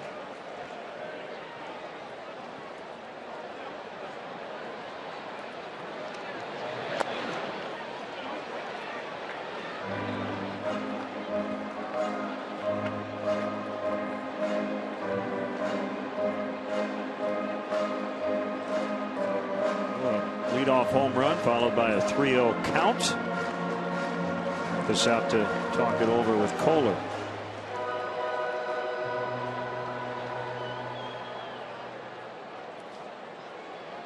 Chuck Hernandez, the pitching coach, will tell Kohler at some point, probably tomorrow, hey, don't let that home run scare you out of the strike zone. Trust your stuff.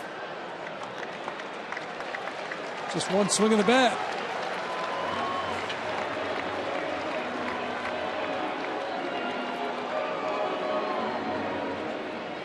Comes Chuck Hernandez after Kohler's first walk.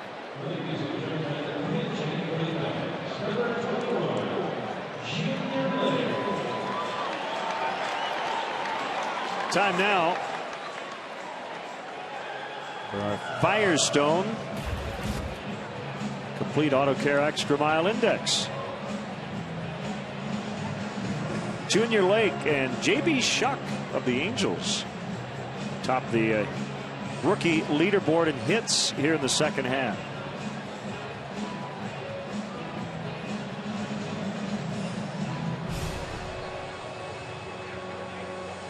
It's a beautiful graphic.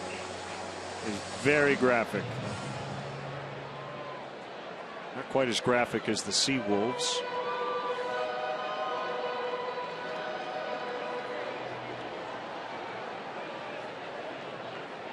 Seawolf NATO. Swing and a miss by Lake. Now they did their homework. They know Junior likes to go up there swinging, so they start him with a good breaking ball. Lefty Dan Jennings with Reed Cornelius, the bullpen coach, watching. Almost said Cornelison. Jim Cornelison on the brain. 0-2. Jim's getting ready to go back to work here pretty soon, isn't he? Yeah, a couple of weeks.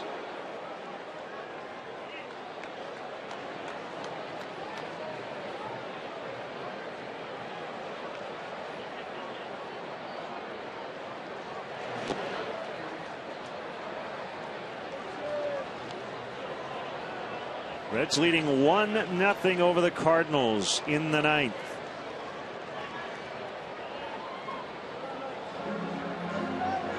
In fact, it might be over. It is final. Chapman came on, struck out the side.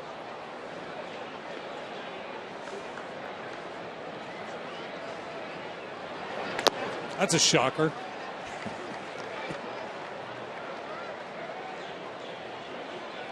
Speaking of dominant closers, see where Joe Girardi story today was saying that he is planning on advising Mariano Rivera not to retire, to reconsider his retirement and come back and pitch next year.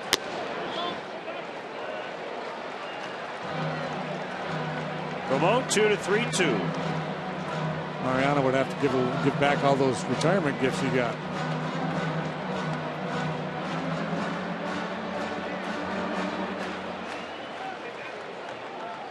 You might get a heater here, Junior, but I don't think you can sell out on one.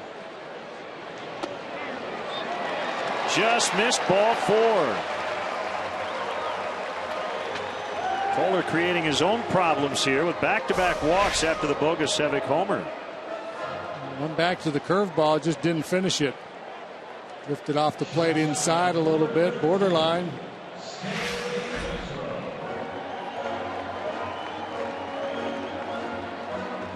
Jennings down in the pen, throwing with more urgency now.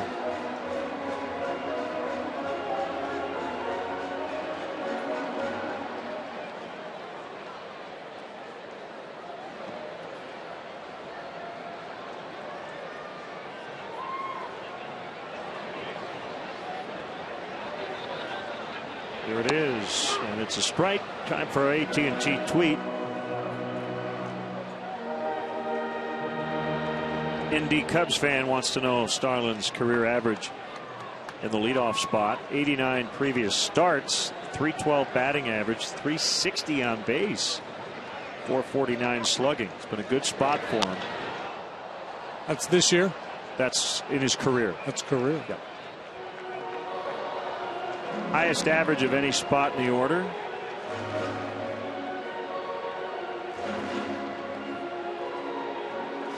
What was he on base? 360.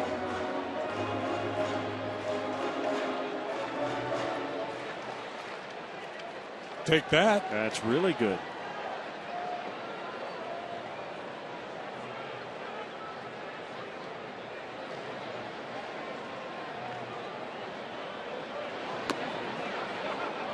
Slider off the plate, 1-2. He was 0-2 on Lake before walking it. Pretty good take right there by Castro. That's a pitch he chases quite often.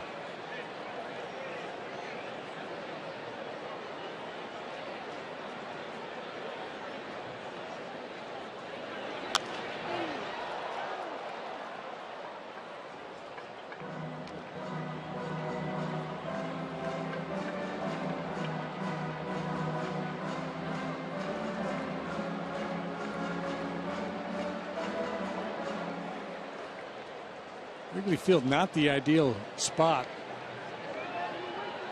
when September call-ups come. Dugouts aren't big, bullpens are crowded. He's climbing all over each other down there. Still 1-2. Here it is. Outside again. Seeing him well.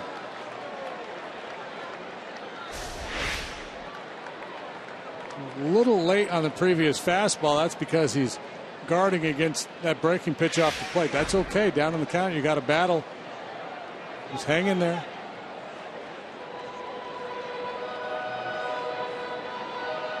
Mentioned Javier Baez earlier. He did not win the USA Today minor league player of the year.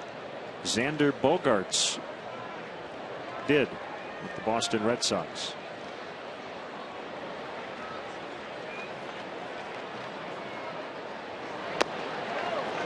On the inside corner. Took one too many. Not so sure the call, but that's the first out. Whether it was in the zone or not, a pretty well executed pitch, and it was off the plate inside. That was a good AB by Castro. Good pitch to ultimately go in by Kohler.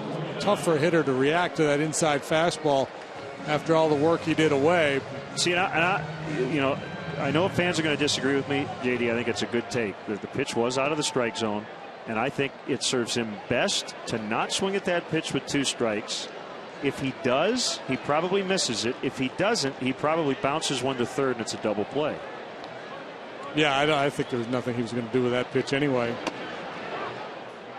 I think that's one thing a young player, a young hitter has to learn, right? That just because it's called a strike doesn't mean, well, next time I have to swing it. Right.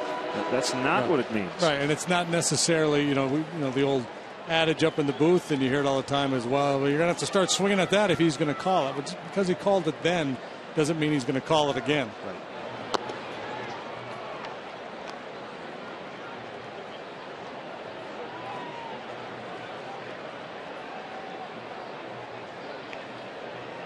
I think any hitter is going to be vulnerable to a good inside fastball when he's in protect mode.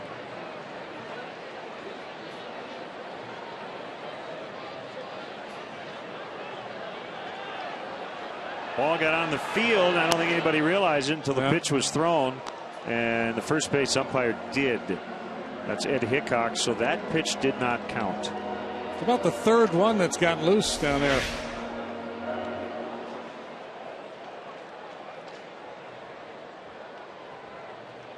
Either Jennings is a little wobbly or the bullpen catcher's having a bad night.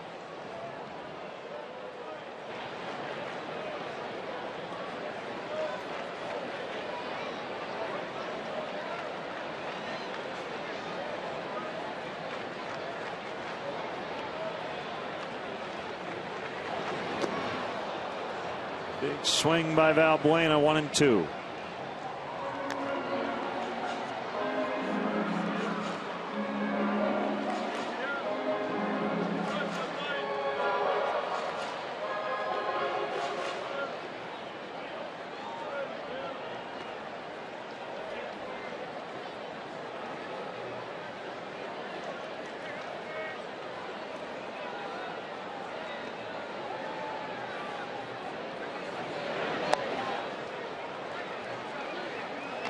Jackson really struggled through the top of this inning, and now it's Kohler's turn.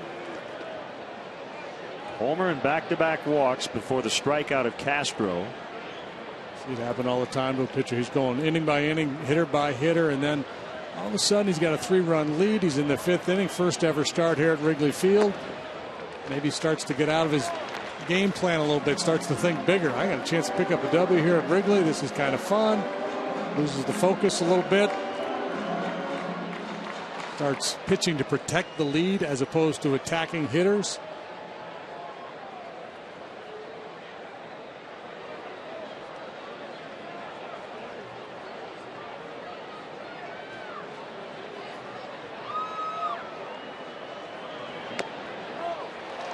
They are loaded, all on walks. It's Rizzo coming to home plate with the lefty ready to go in the pen, so decision time for Mike Redmond. Decisions have been made. That's it. Bowler will not be able to get a win tonight. Had a 3-0 lead going into this bottom of the 5th, and he'll exit with 1 out.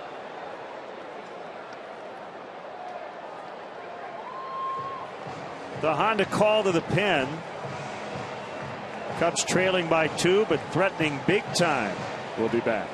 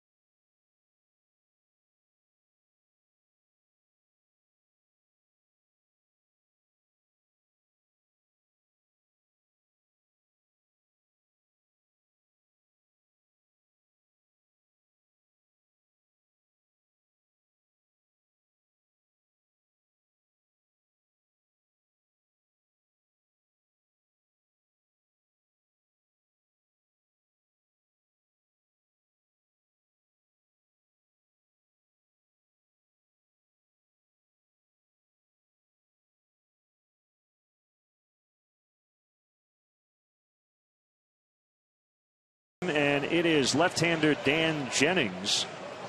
They've had a guy in their front office for a long time, vice president of player personnel and assistant general manager named Dan Jennings, but no relation.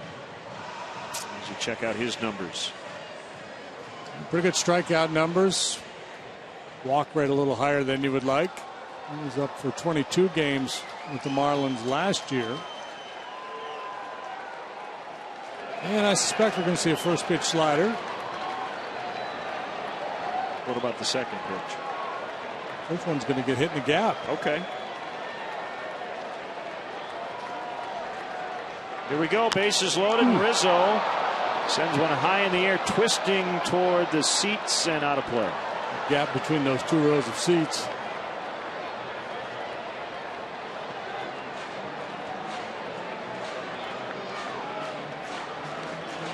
I think Rizzo was looking for that slider. He just didn't to swing on it he'd hoped to.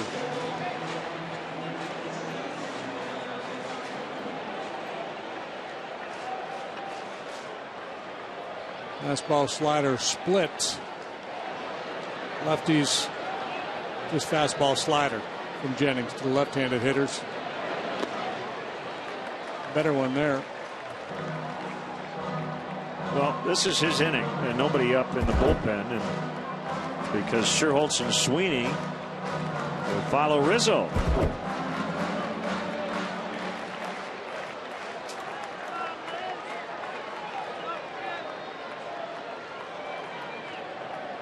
Here's the 1-1 ground ball foul. 1-2. Fuller 4 1/3, responsible for the 3 men on base. Charged with 1 run so far, cannot win this game. He ultimately could be the loser if the Cubs were to plate all 3 of these runs and go on to win the game without surrendering that lead. There you go. Get after it, girl.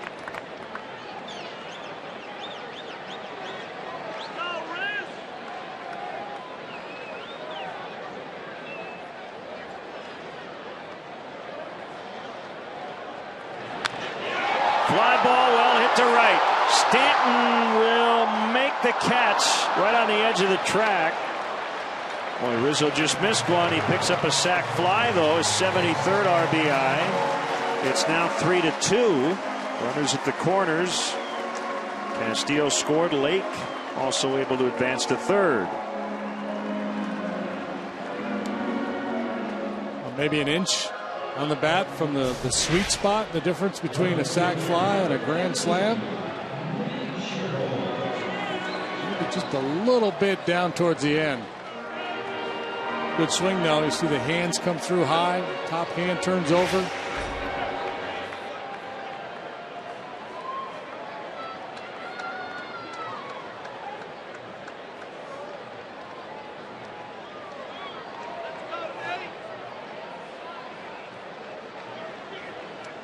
Now Scherholtz. Lake sneaking down the line and a swing and a miss on a slider.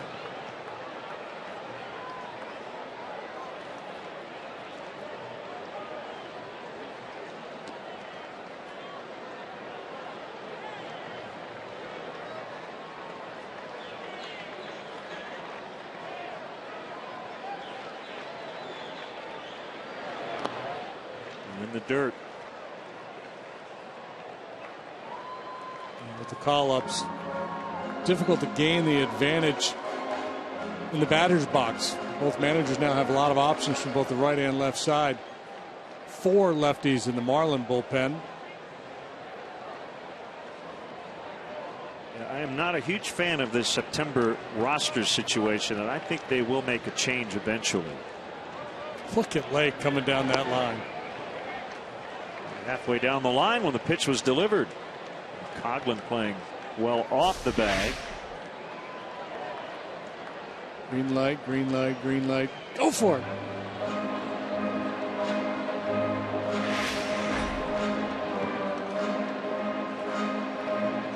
Yeah, I really think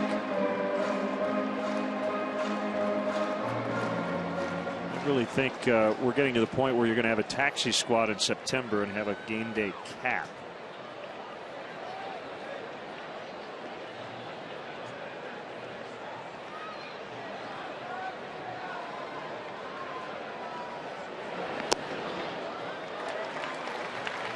Yeah, do it like hockey and basketball, right? You have so many guys on the roster, but only so many are available for that day's game. Archimedes Caminero, the mathematician. This guy could throw 100 miles an hour.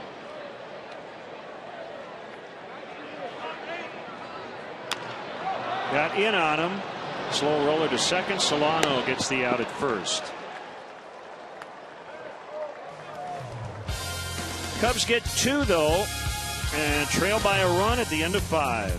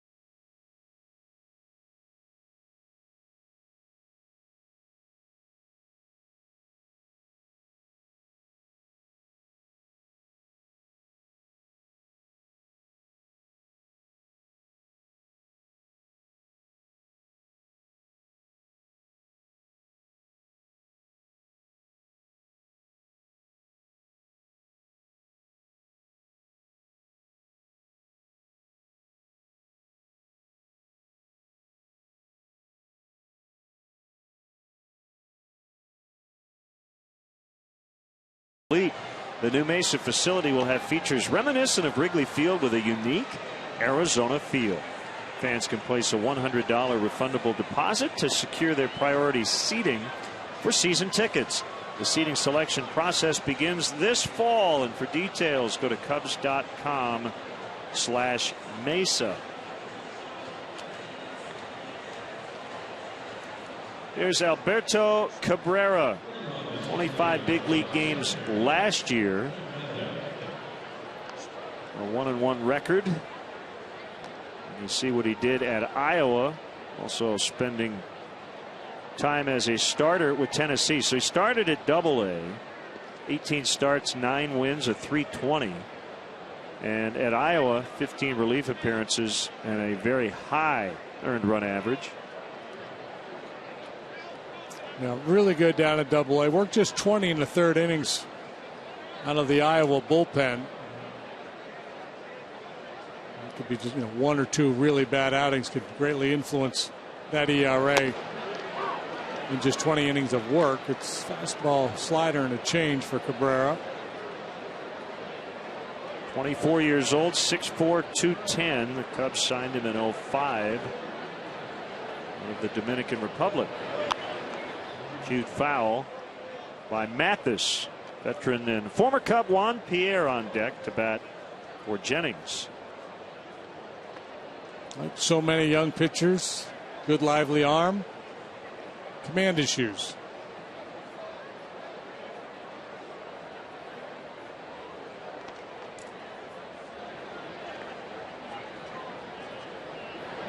Swing and a miss on the slider. Good start. Last year with the Cubs in 21 2/3 innings, he struck out 27. That was the good. The bad, 18 walks. So far, so good in 2013 for Cabrera. So Pierre in a bit of an unfamiliar role. He had a stretch from 03 to 07. All 3 years with the Marlins the first time around. The 1 year here in Chicago in 06. And then his first year with the Dodgers, he played every game. 5 straight years, 162 games. This is just his 92nd appearance. Here in 2013, I had a long chat with him. Recently turned 36. And he has no plans to hang it up after the season. He said, if somebody wants me, I'd like to keep playing. And he lines one for a base hit. One of the hardest workers I've ever been around. And I hope he is able to continue his 14-year career. He said it's a lot different now. So when I was playing every day, I didn't look to the left or the right. I had the blinders on looking straight ahead. But he has a much better perspective now on things, that he has time to watch, which you can understand. That'll be it for Cabrera.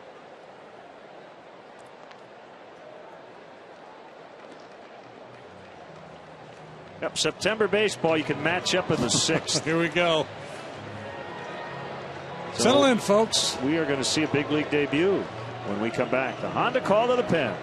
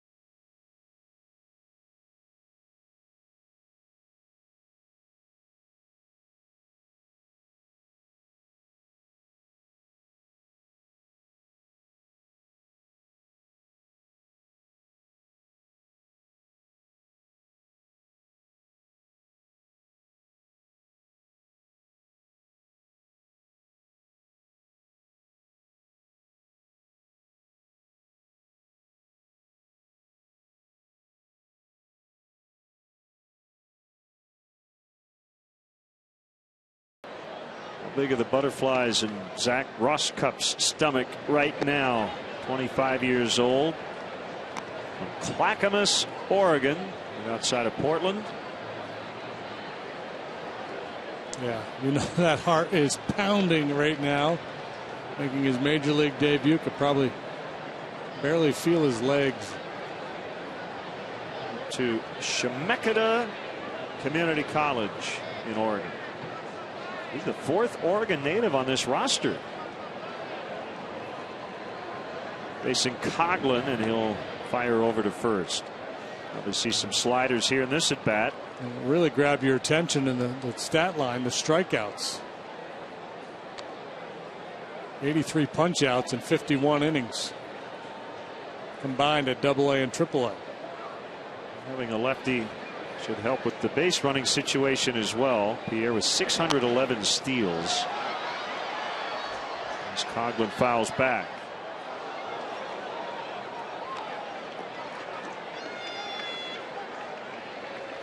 Pierre with 20 bags again this year, 20 out of 26 for the veteran.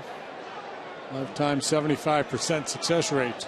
He's the active leader in stolen bases.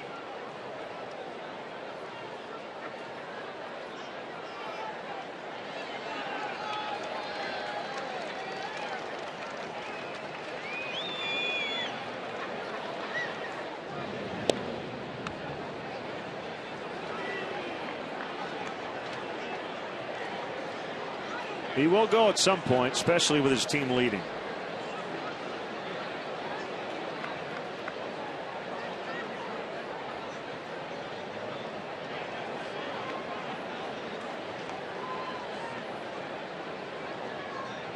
There he goes. Like a pitch out, and it's still not going to get him.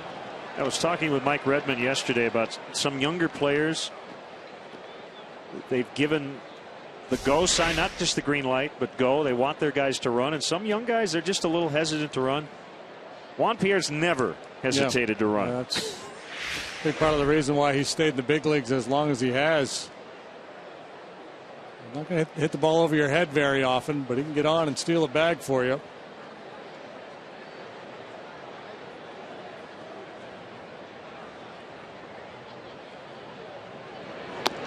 Yeah, in a lot of ways, that you know, the modern player, a lot of younger guys, the steal sign to them is just a suggestion. Right. You know, it's like, you know, because they do talk about guys with a green light. If you get a good jump, go. But there are other times where managers say, I want you to go on this pitch, and you know, why didn't you go? I just didn't get a good jump.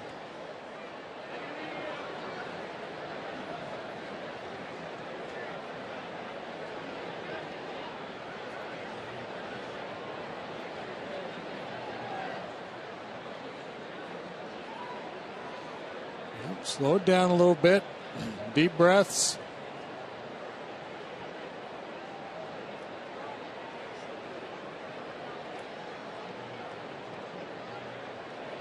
It's amazing how something you've done for so much of your life all of a sudden can feel so foreign.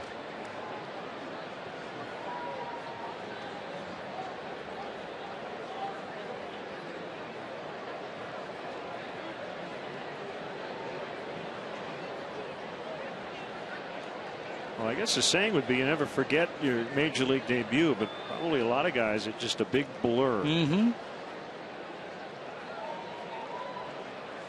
Yeah, you read about it later and you kind of fill in the detail. Oh, yeah, I vaguely remember that happening. Coughlin could not hold up. Jim Wolf made the call. Coughlin pulling a Luis Valbuena, saying, well, why don't you ask the guy at third? Yeah, Two down. Made. Rizzo. They're going to take that ball out of play. Rizzo is going to have him throw the ball out of play to save his first major league strikeout. I like it. Nobody does this. That's great. I'm a big proponent of that. They just get the ball from their first big league knock. Yeah, and it probably takes another player to do it, because if Rosscup does it, the Marlin dugout would have exploded on him had he done it. You know, they would have been screaming at him. Well, are you afraid you're not going to get another one? Here's Solano, and Pierre takes off for third, and he's going to get it. Standing.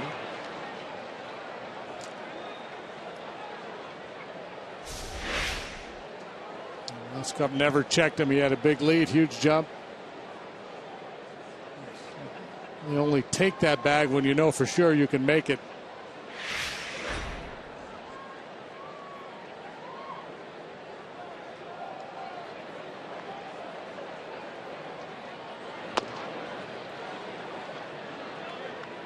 Well, it's a good time, I think, to note that the Reds won 1-0 tonight. Billy Hamilton with a stolen base and scored the only run.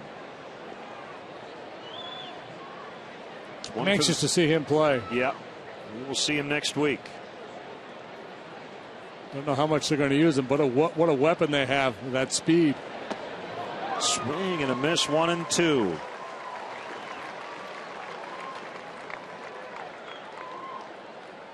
Came on as a pinch runner. That also makes sense. Billy Hamilton's got to make his major league debut as a pinch runner.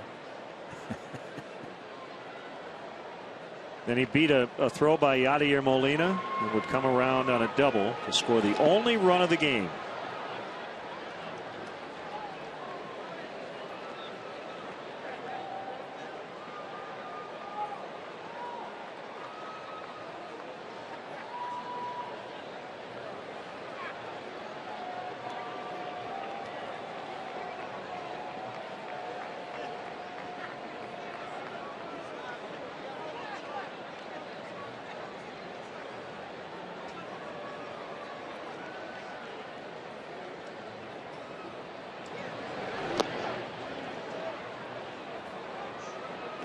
It's full 3-2. You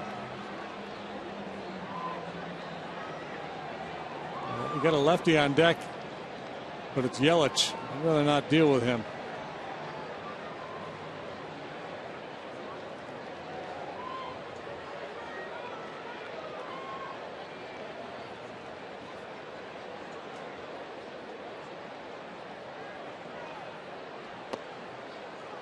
Ball 4.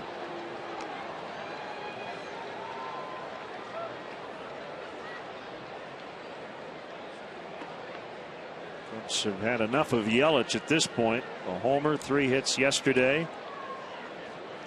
2 out of 3 with an RBI double here tonight.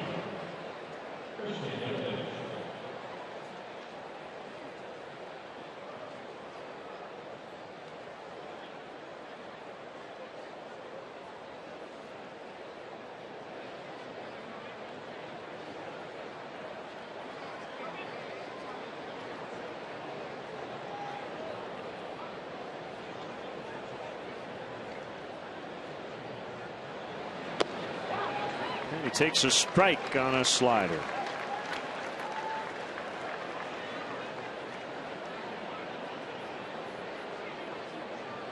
They're in the 8th in Milwaukee. Pirates and Brewers tied at 2.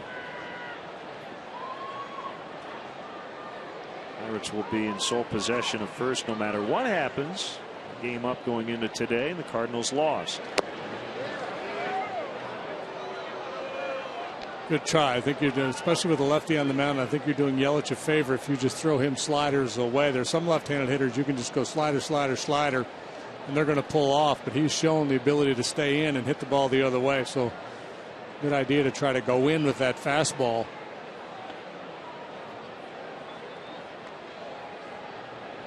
That opens up the slider away.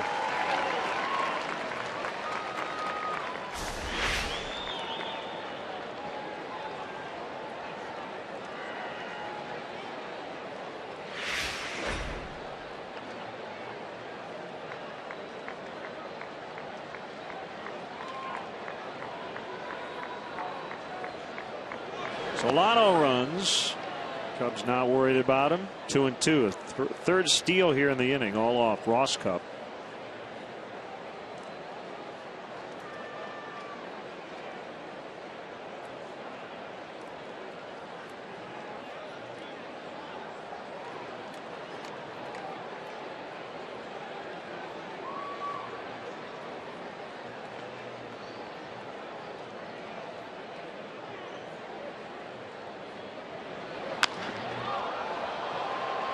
Bogusevic back on it, and he has to leap to make the grab on the warning track. That ball hit a little harder than he originally thought. They strand 2 in scoring position, still 3-2 Miami.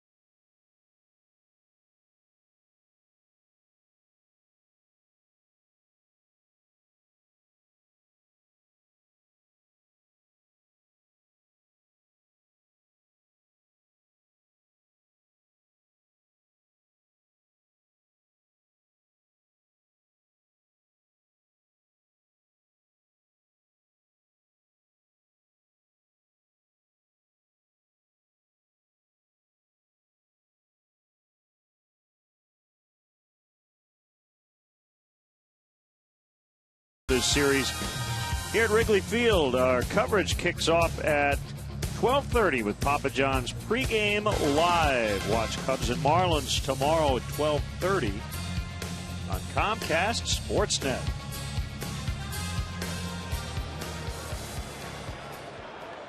Here's right-hander Ryan Webb. Marlins lead 3-2. Ground ball pitcher. Sinker, sinker, sinker. Also a slider. Hitters are mostly focusing on that sinking fastball from Ryan Webb.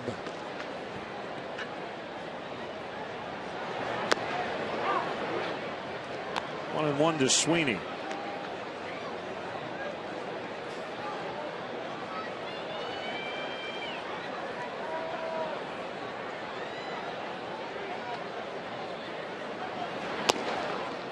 Webb recently created his own intro song.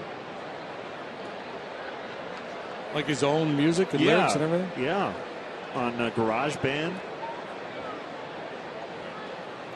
Plays all the instruments. Ooh, put his hand up. Smartly decided to let it go, and Echeverria made the play. I listened to it. It's not great, but it's creative, and he wrote it himself. Kind of fun. Let's crank it up. Find it.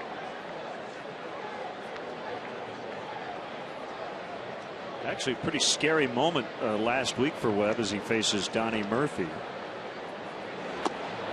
Hit in the back on the spine, actually, and by a line drive off the bat of Scott Hairston during batting practice. He was stretching at the time. Unfortunately, only suffered a bruise.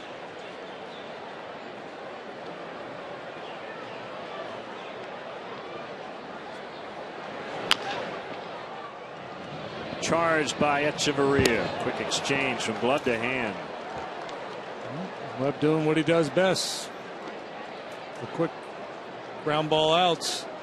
His dad was a big league pitcher, Hank Webb. I remember with the Mets. He finished his career with the Dodgers. He spent a lot of time in the big leagues. Up to 4 or 5 seasons. In the 5th, Brian Bogusevic did this. Got the low ball in the air that time. See if he can do it here off Webb. Webb gets a little better sinking action on his fastball. Tougher challenge to lift this thing as he throws it up above the knees.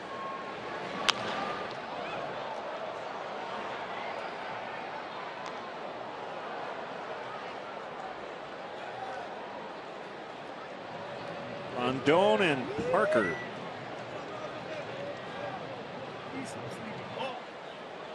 So does Webb's intro song have lyrics, or is it just a musical piece? No, it's just an instrumental. Kind of a hard driving. Yeah, kind of a hard rocky kind of thing. It's not particularly memorable, but like I said, it's his. And I give him a lot of credit for that.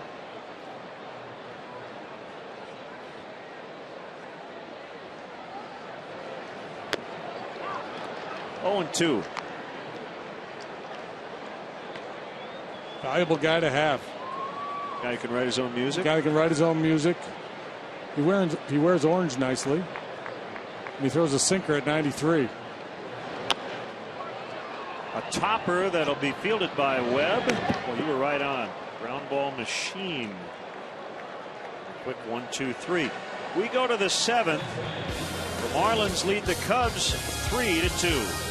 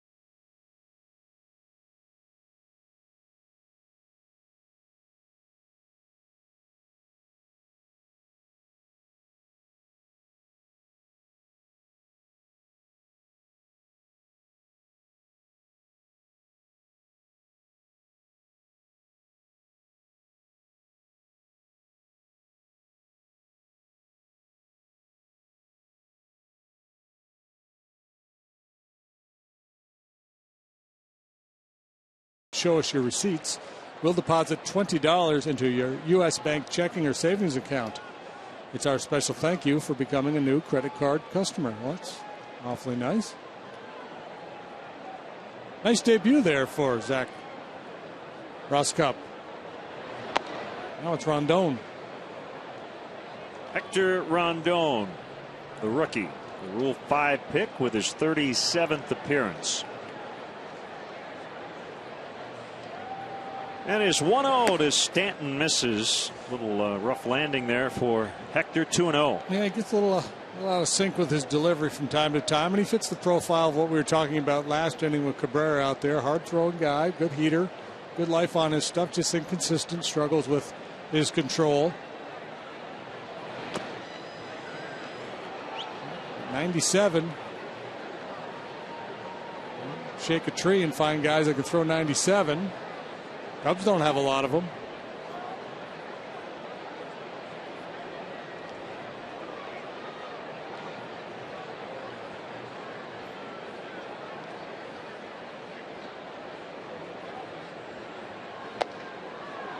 The leadoff walk.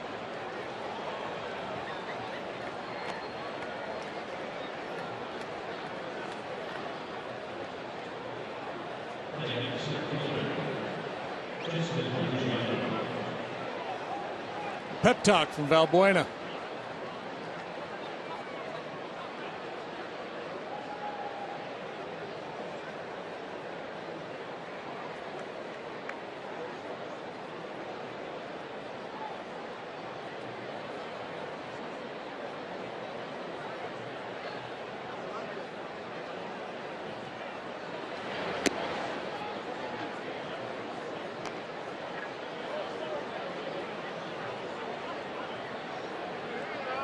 Pirates clinging to a one-run lead over the Brewers in the 8th. They activated Jason Grilli today. I'm not sure if he's going to be thrown back into that closer's role right away or not.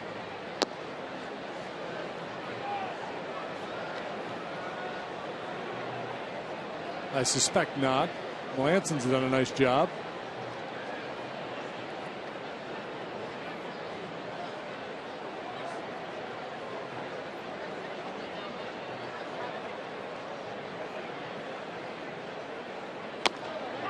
There's a strike.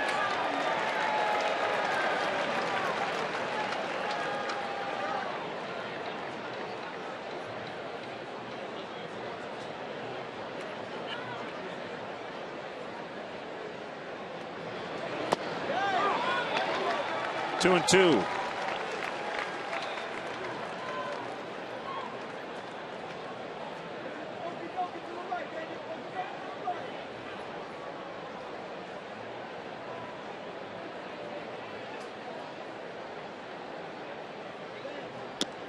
Oh, yeah. Oh, strike three.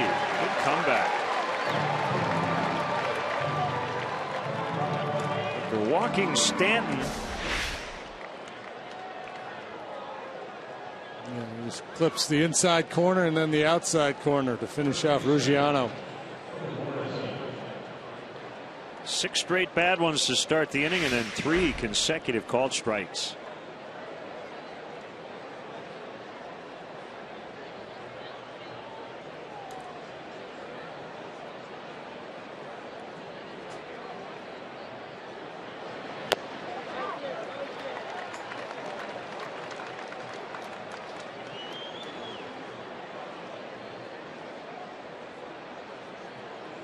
Maybe overthrowing a little bit with Stanton in the box.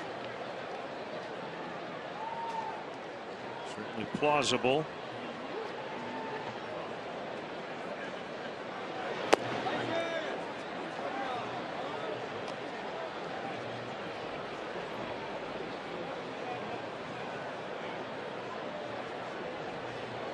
Max Scherzer fell to 19-2.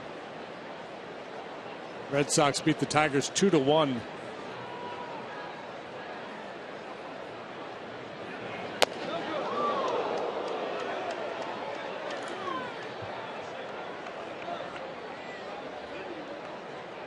John Lester with a win, 13-8 through 7 innings.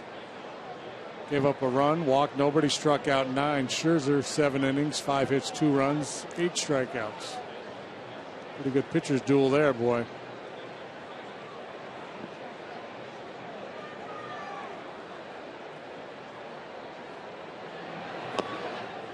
Three and 1 on Morrison.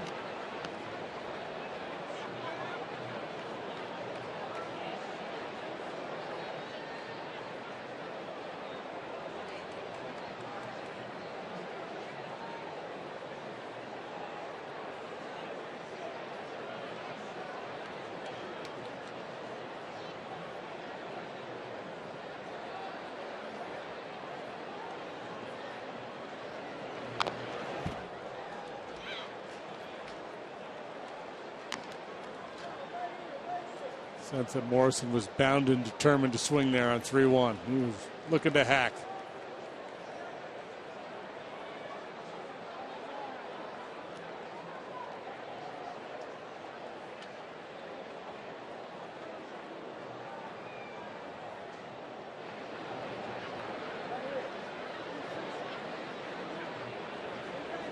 Marlins leading 3-2 and trying to add on here.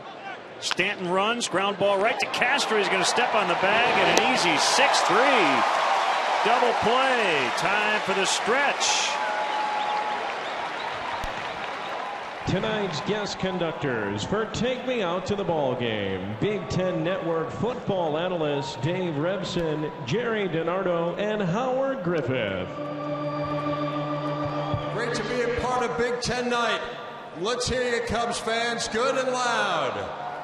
A 1, a 2, a 3. Take me out to the ball game.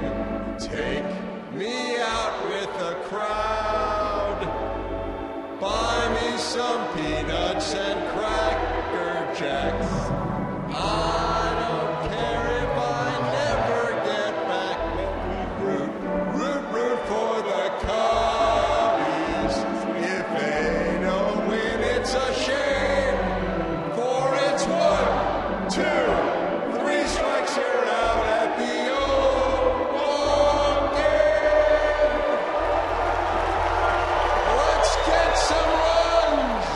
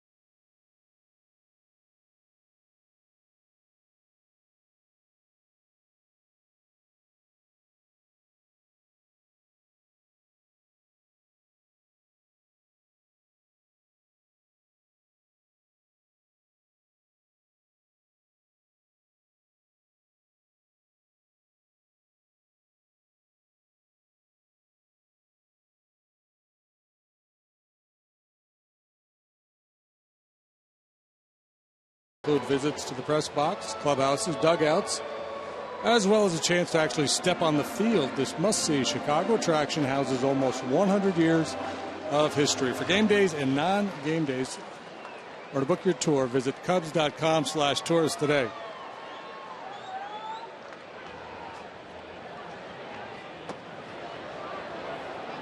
Not a one-trick pony. He's got a good slider to go with that sinker.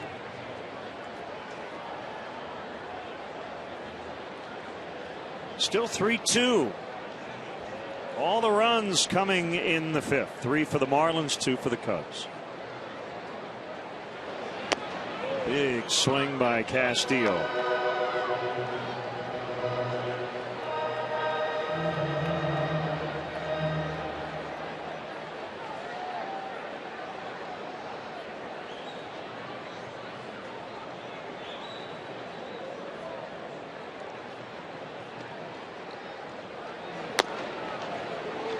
Man, Close, didn't get it. sharp tonight. This Marlin club, they don't win a lot of games. When they do, they win a lot of them like this. Low run affairs, they don't score well, but their pitching's been good. Both the starters and the bullpen. Pretty solid. Slider was up that time. Out of the zone, 2-2.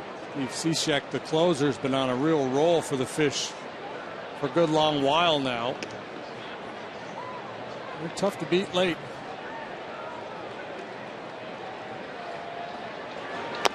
Oh, that was nasty. Castillo knew it immediately.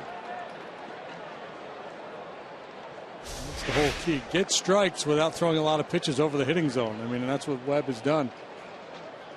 Down, down, down, on the edges, on the knees. Darnell McDonald.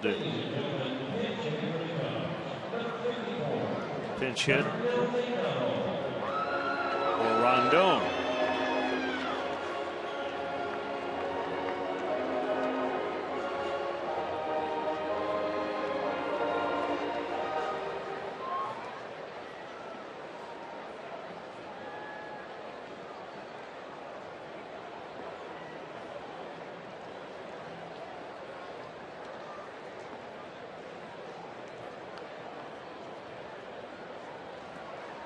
In his second inning of work. Ball one. You say, well, why not a left-handed hitter? Well, a couple of reasons. One, Dale has a lot more right-handed bats on his bench, and two, Webb with that sinker is really tough on left-handed hitters. Called strike. Righties have been better against Webb than lefties have in terms of average and power.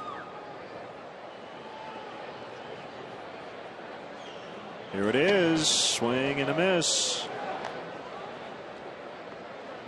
Indians had a 4-0 lead over the Orioles into the ninth. Gave up 3 and held on.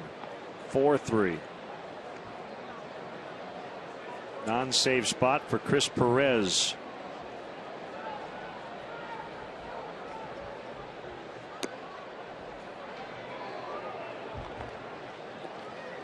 Not sure why, but a lot of times that closer comes in a non-save spot, and all of a sudden he finds trouble.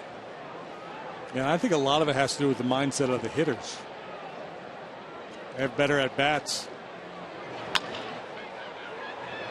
Busy night for Echeverria.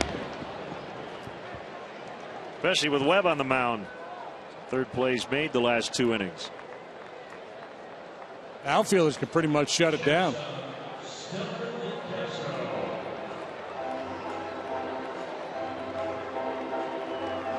Astros had kind of a bizarre night. 1 for 3. That's a misfortune. Hit the ball very sharply. His second at bat bounced it off the pitcher Kohler, went right to third base for a 1-5-3 put out, and then he was rung up last time on a pitch that was off the plate inside.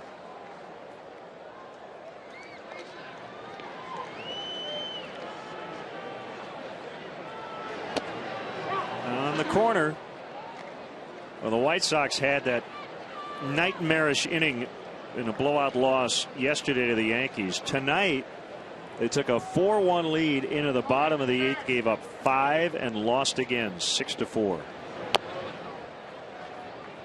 Chris Sale started for the Sox tonight. I don't know how much of that was on him. 7 1/3. He gave up 2 runs, 3 earned. Nate Jones suffered the loss.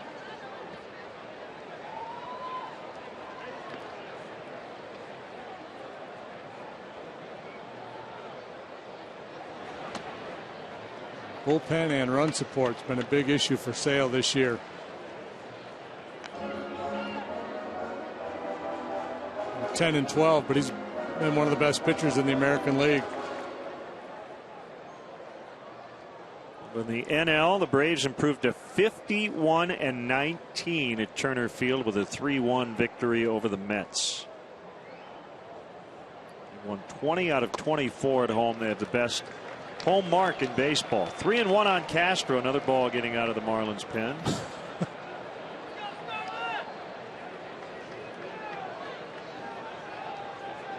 He's catching down there, Linus. Let's go, shake it up. Pitchers always put it on the catcher. Echeverria and Webb with 2 spotless innings. That'll take us to the 8th. Still 3-2 Miami.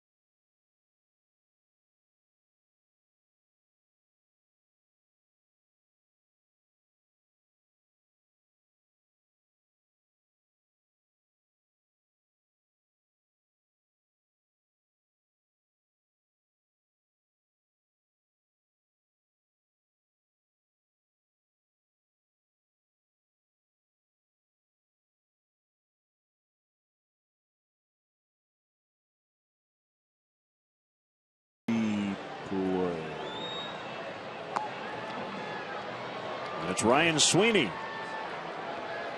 Check that. Brian Bogusevic, left-handed throwing outfielders, making similar catches. That one in deep left. Here's Blake Parker. When you went into slow mo mode there, you sound a little bit like Harry the K. That one is out here.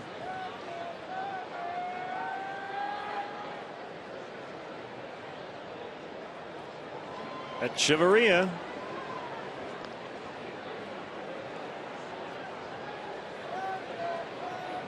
Top of the 8th. 3-2 Marlins. Ball 1.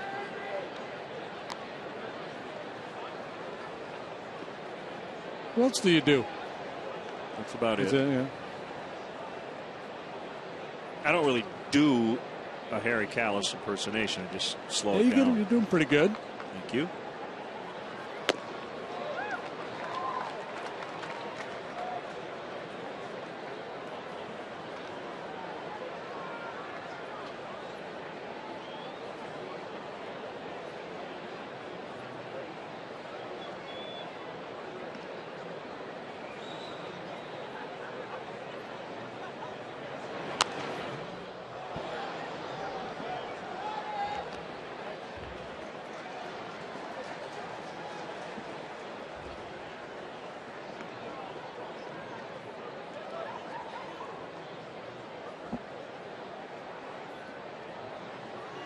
And a whiff of breeze now. It's warmer now than it was this afternoon. It is. Started at 67. It feels warmer than that. Went after the high one, fouled it back.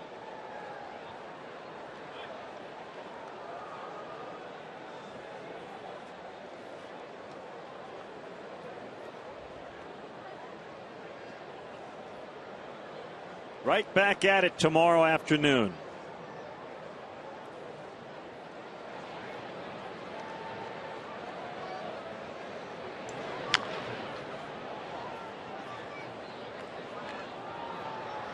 Hey, Cub fans, make sure to celebrate Oktoberfest in the Budweiser bleachers during the final regular season night game of the year. Here at Wrigley, Tuesday, September 24th, when the Cubs battle the Pirates. It's Oktoberfest celebration night. Purchase your special Budweiser bleacher tickets through the special events page. Redeem an exclusive limited edition Cubs Stein. Fly to right. Nate Scherholtz. For more info or to purchase tickets, go to Cubs.com/special events.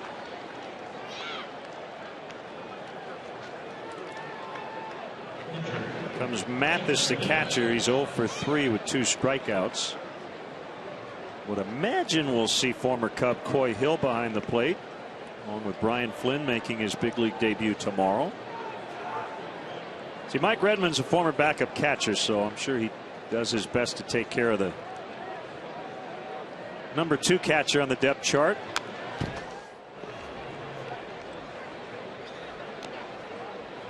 Yeah, the other consideration would be Brantley, because maybe Brantley, he's caught he's Flynn back. down. That's right. Maybe he's caught Flynn a little bit. I forgot about Brantley. Yeah, the expanded roster.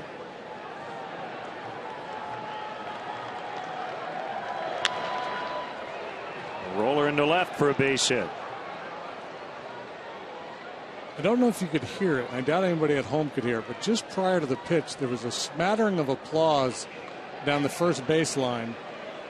And what happened was, in the Marlins bullpen, there was a ball, the pitcher threw a ball in the dirt, and the catcher blocked it. And some cynical Cub fans down there gave him a round of applause, because about a half a dozen balls get loose out there tonight. Jeff Urgelis, bullpen catcher. Well, how do you know it's not the pitchers who've been? I saw that one on my eye. It was the ball was in the dirt, and he made a nice play to block it. So maybe it is on the pitchers.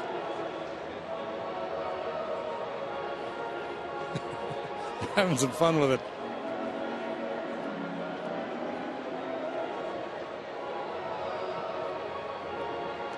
He's going. He told me he's throwing a fastball, and he threw me a changeup. What am I supposed to do? The mask on the other side of his head. So he's out there to protect the bullpen catcher from the batter. Yeah, but just the in Marlins case. bullpen wants to protect him from the pitcher. He didn't take one in the coconut.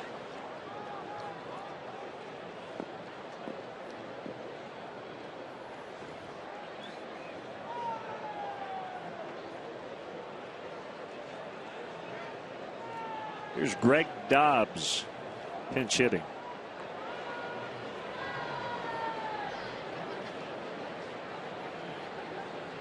Career .359 hitter against the Cubs.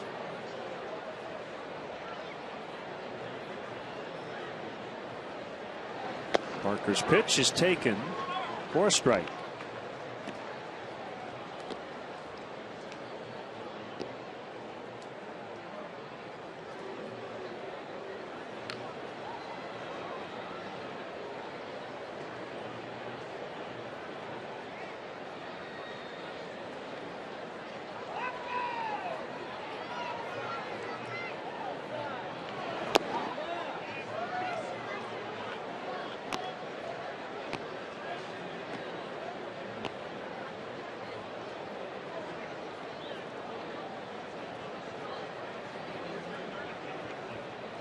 Pinch hit homer Travis Snyder in the 9th inning, and the Pirates have taken a 4-3 lead in Milwaukee.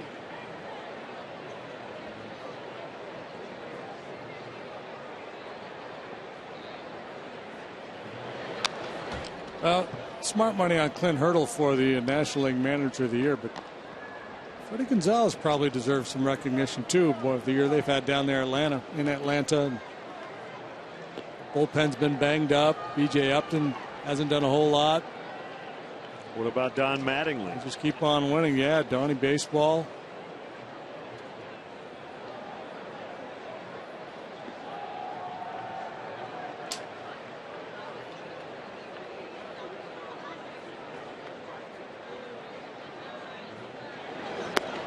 Outside 2-2.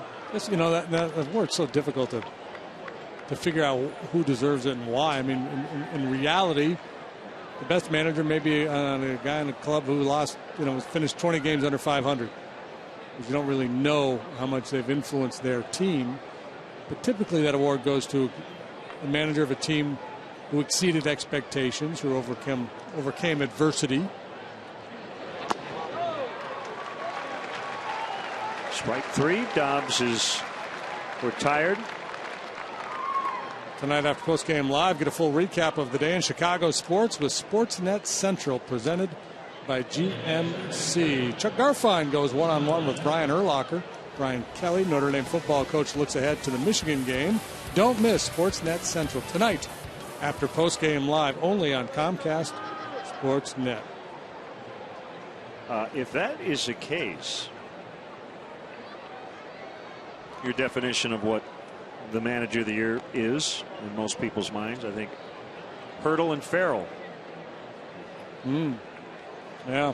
Boston trying to go from worst to first. I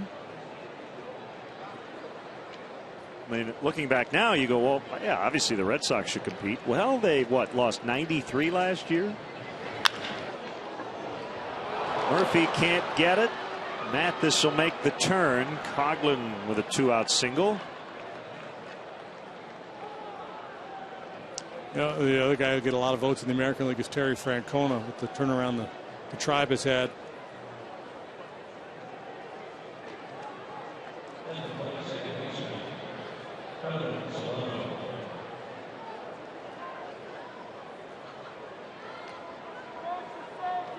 It is interesting, though, managers with good players get penalized, it seems.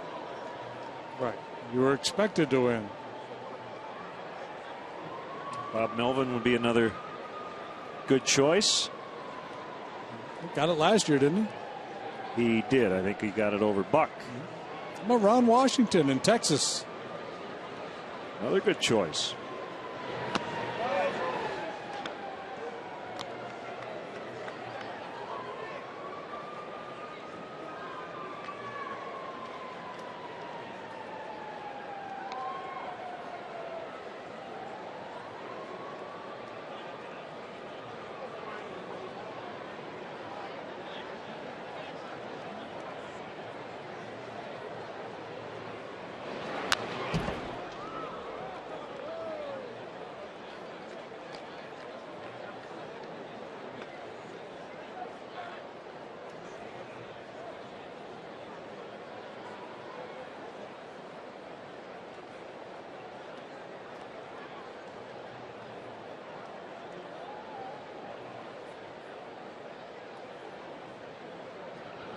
1-1 on Solano.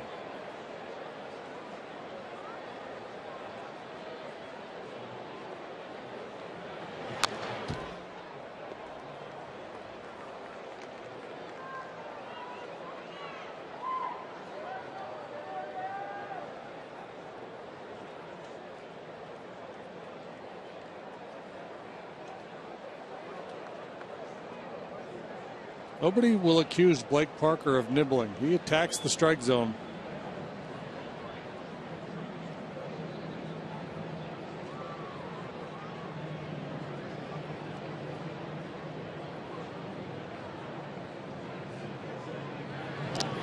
At that time, good stop. Good play by Castillo.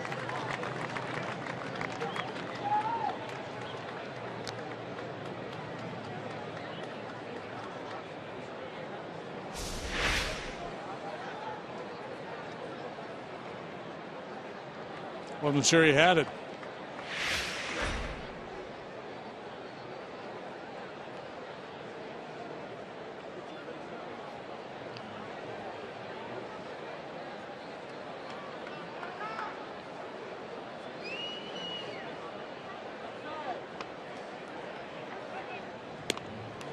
Solano's been their best with runners in scoring position. 364.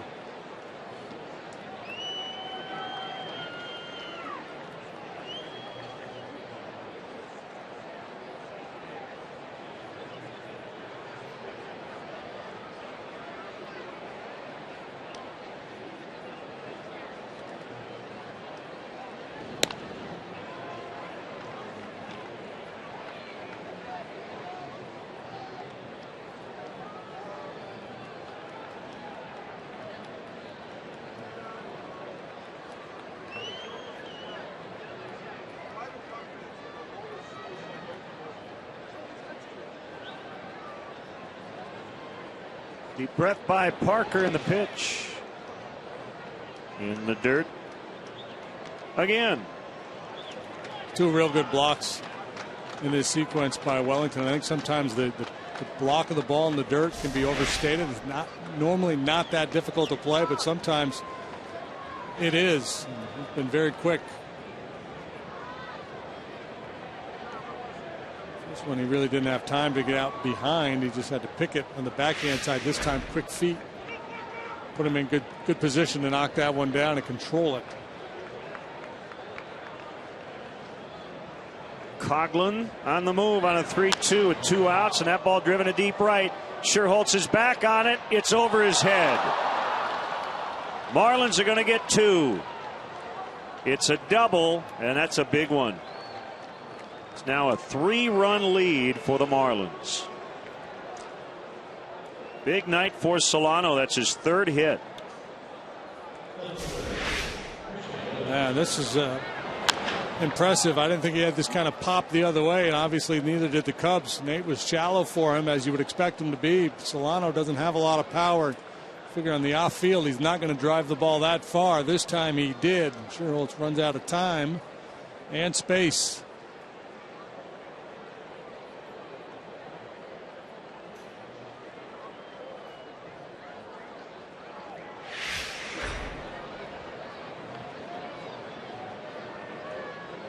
Brings up Yelich.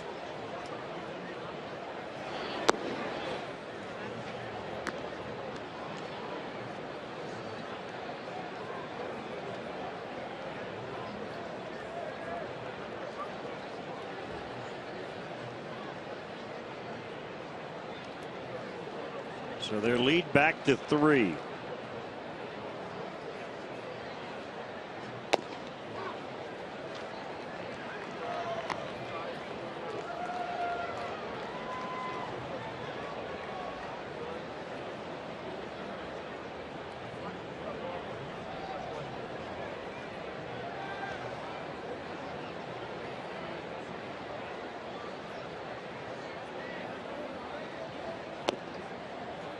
Two balls and a strike. Cubs bullpen is quiet.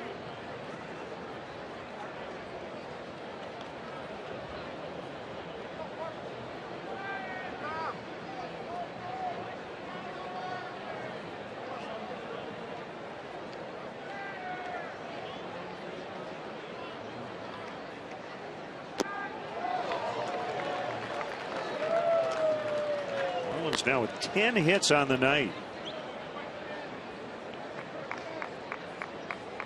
Looking at the box score for the Reds Cardinals today in Cincinnati, 1-0 Reds win. Homer Bailey, 7 innings of 2-hit baseball.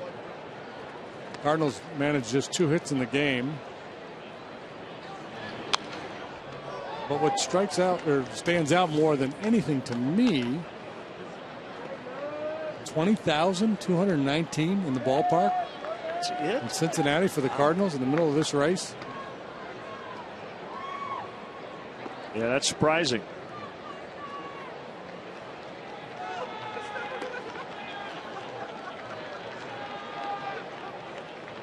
It's game 2 of a 4-game series.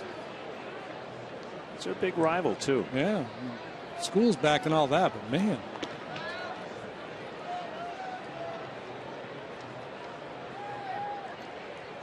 Parker again. Ground ball. Base hit. Yelich does it again. Back-to-back 3-hit games for the rookie to start this series, and it's 6-2. Now, we talk all the time about samples and how you can get fooled by a small sample. You certainly can get fooled in spring training. You can get fooled in September with call-ups. But just watching this kid's approach, hearing what we've heard about him, what you read about him, and then you watch him swing the bat, looks like a guy who's going to have a lot of success in the big leagues. I don't know if he'll end up hitting a lot of home runs. I suspect the power will come. He's kind of looking like a young George Brett right now. Not to put any pressure on him. Yeah.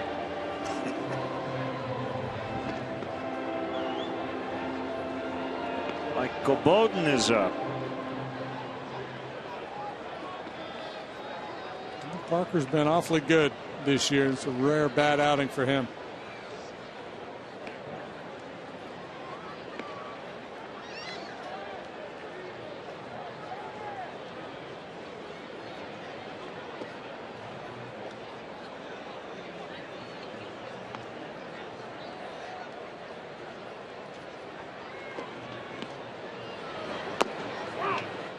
Stanton takes a strike. Talk about Blake's aggressiveness and willingness to attack the strike zone. I think that's the last thing Stanton expected right now is for him to channel a fastball.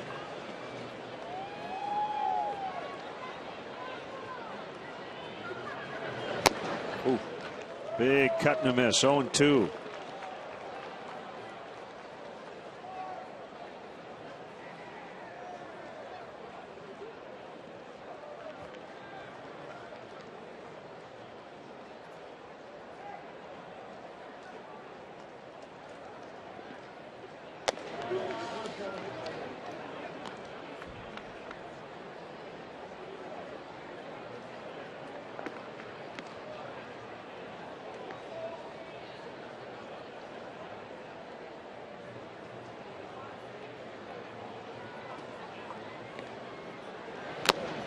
Foul tip, strike 3, but a big 3-run inning for the Marlins. They now have a 6-2 lead as we go to the bottom of the 8th.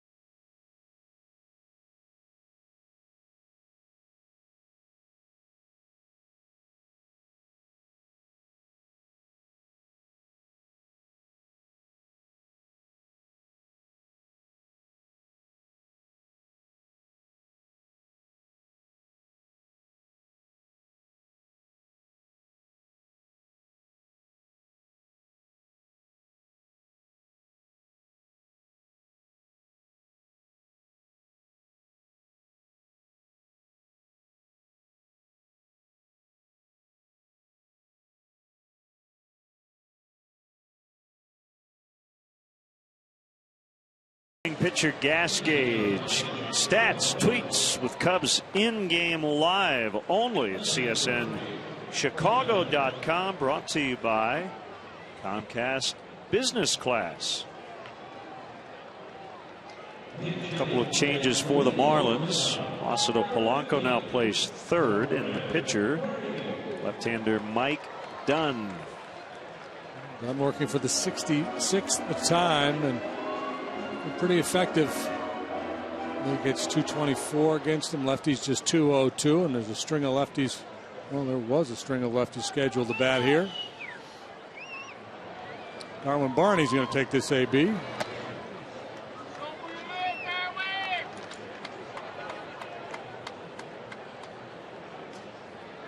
Don't know how much celebrating the Pirates are going to do tonight, but they will not have a losing season. 81st win.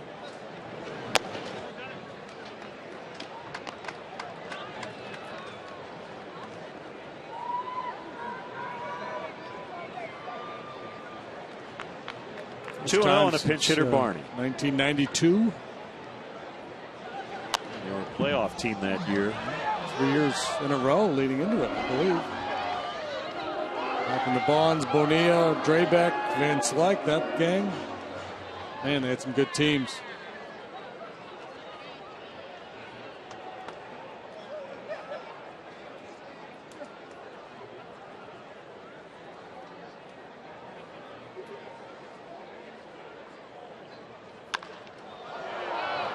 Driven out into deep center. Ruggiano's going to have space on the track.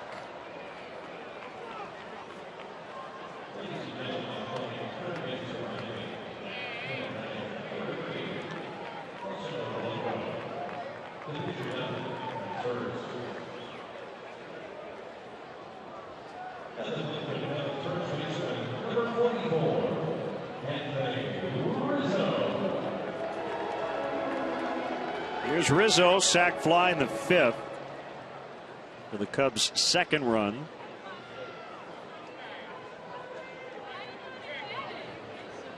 And the pitch by Dunn. Bouncer to first. It's 3-1. Tom Kohler, the starter for the Marlins tonight, did not go the 5 innings needed to qualify for the win. I think Ryan Webb is probably going to be. You can get my vote. The guy who would get the win if the Marlins hang on.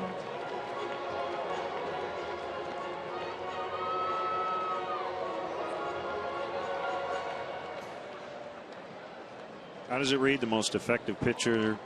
Yeah, you know, normally it falls to if the first guy out of the chute does his job. You know, a lot of times he get, but Jennings what 2/3 of an inning.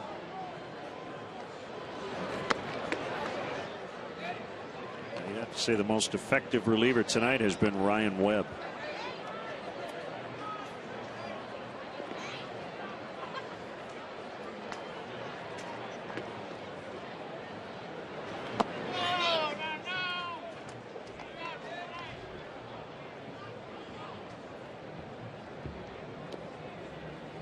AJ Ramos.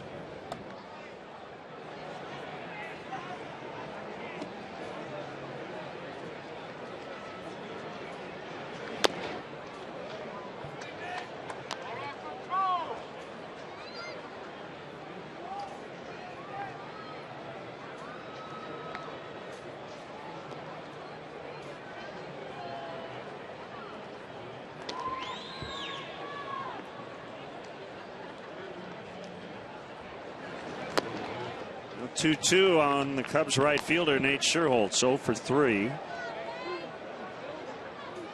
Cubs with only 4 hits.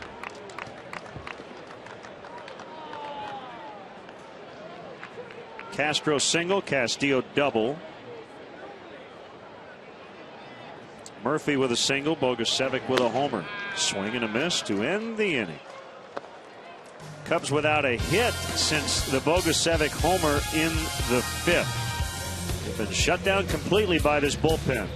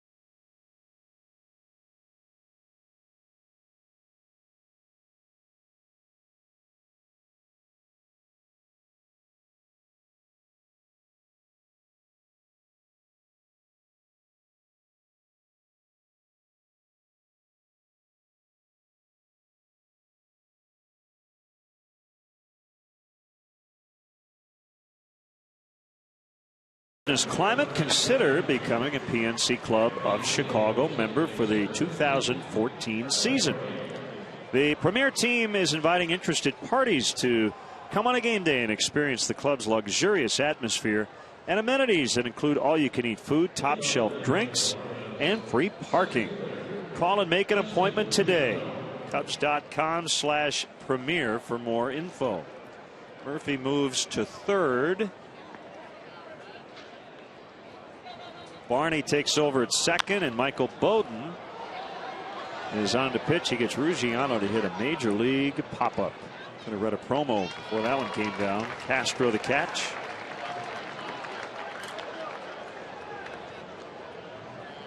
So if you spend any time in the Cubs clubhouse, you know that Michael Bowden is a serial stretcher.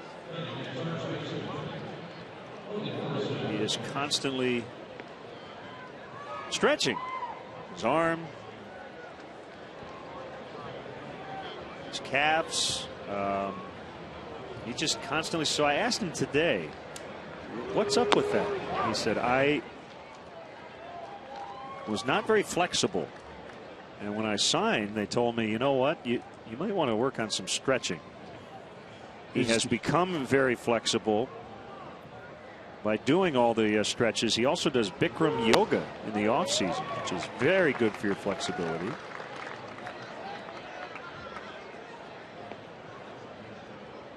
That's the hot yoga he likes to do. You know, it's a 95 or 100 degrees. Never done yoga? No, I haven't. Much to my wife's chagrin. Morrison strikes out. I should, but I haven't. You? No, I took a Pilates class a couple of years back. It was good. Have a good core work. Yeah, it's good for you. There's no question. Yoga, I would fail miserably at all the different poses. No, but see, it's not about failing. Bowden, nice play off the mound. Good flexibility, Michael. A nice flexibility and a little backhanded flip. And a quick inning. That's good, too. Yeah. 6-2, Miami.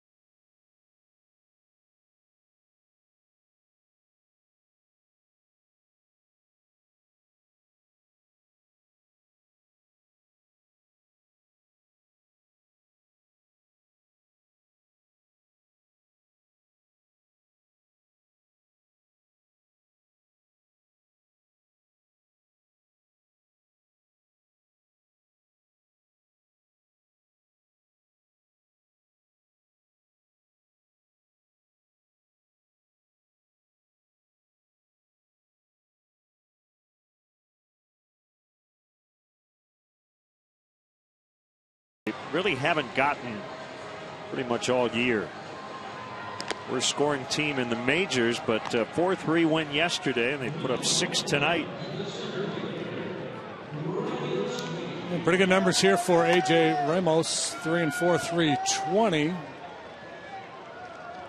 Strikeout rate is good. Batting average against good. Just 4 home runs allowed in 70 and a third. Fastball. 93, 94 miles an hour. Slider, change, and a curve.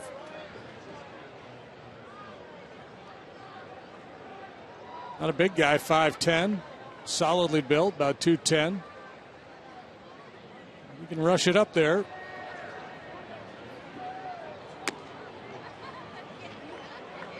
Cutter missed in on Ryan Sweeney. Almost from Lubbock, Texas. 21st rounder out of Texas Tech in 09. 2-0.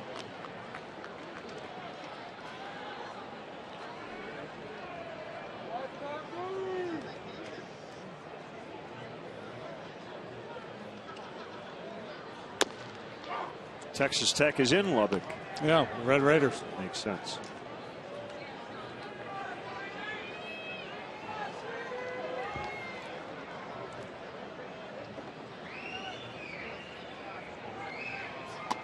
You talk about a windy city. Wind always blows in Lubbock. People from West Texas, they walk with a slant because they're always walking into the wind.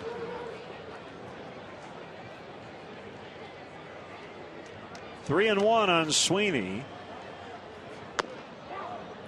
3-2.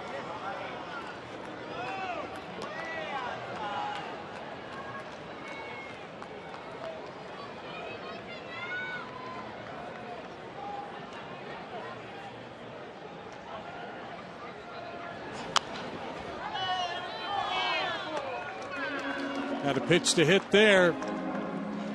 A little late getting to it. Down 4, didn't want to chase a bad pitch.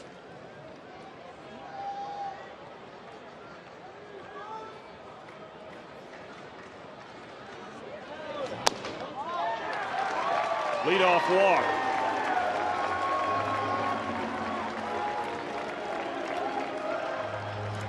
That's a start. You know, a game-winning 5-run rally has to start somewhere, and a leadoff walk's a good place. So it's the old cliche, mighty oaks from tiny acorns grow.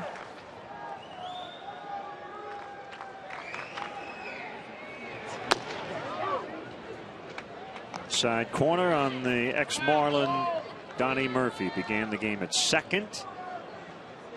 Now over at third.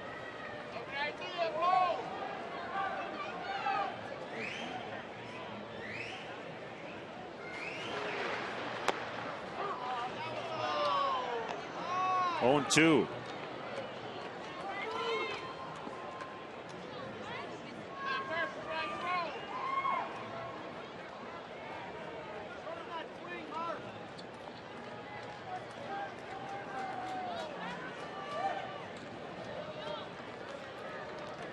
Kick the 0-2 pitch. Called strike 3. On a breaking ball.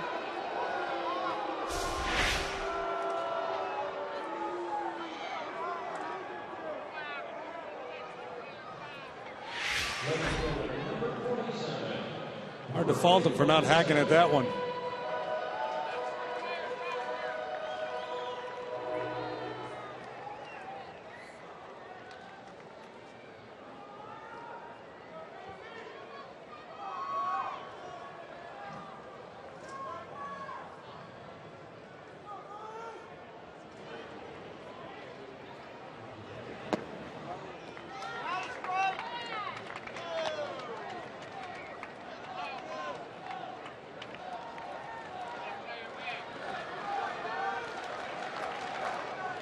A big discussion online with a fan, I think it was on Twitter recently, about this very situation. I said something to the effect,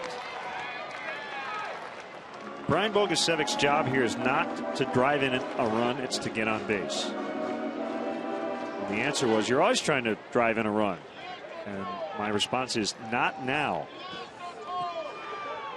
A walk is as good as a 2-run homer. Yeah, if you drive in a run, if it's a byproduct of the right approach, that's great. Yep.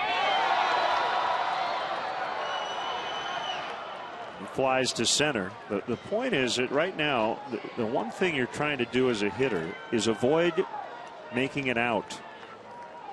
Because the Cubs are down to 1. Yeah, and that's why some would argue you should be taking there 2 balls, no strikes. But I have no problem swinging as long as you're swinging at a pitch you can drive, pitch you can hit the ball hard. I mean, I would have no problem taking there either.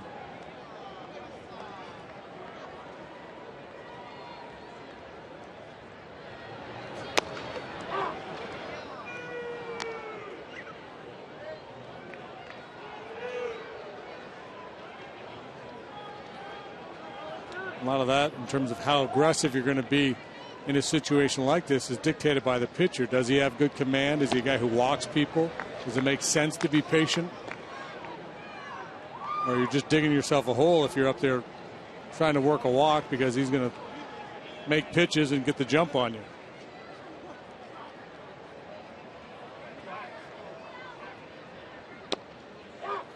One and two.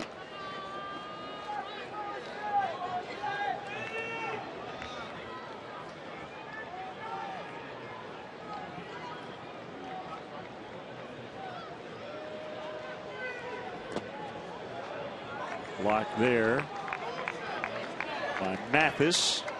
Comes down to their final strike.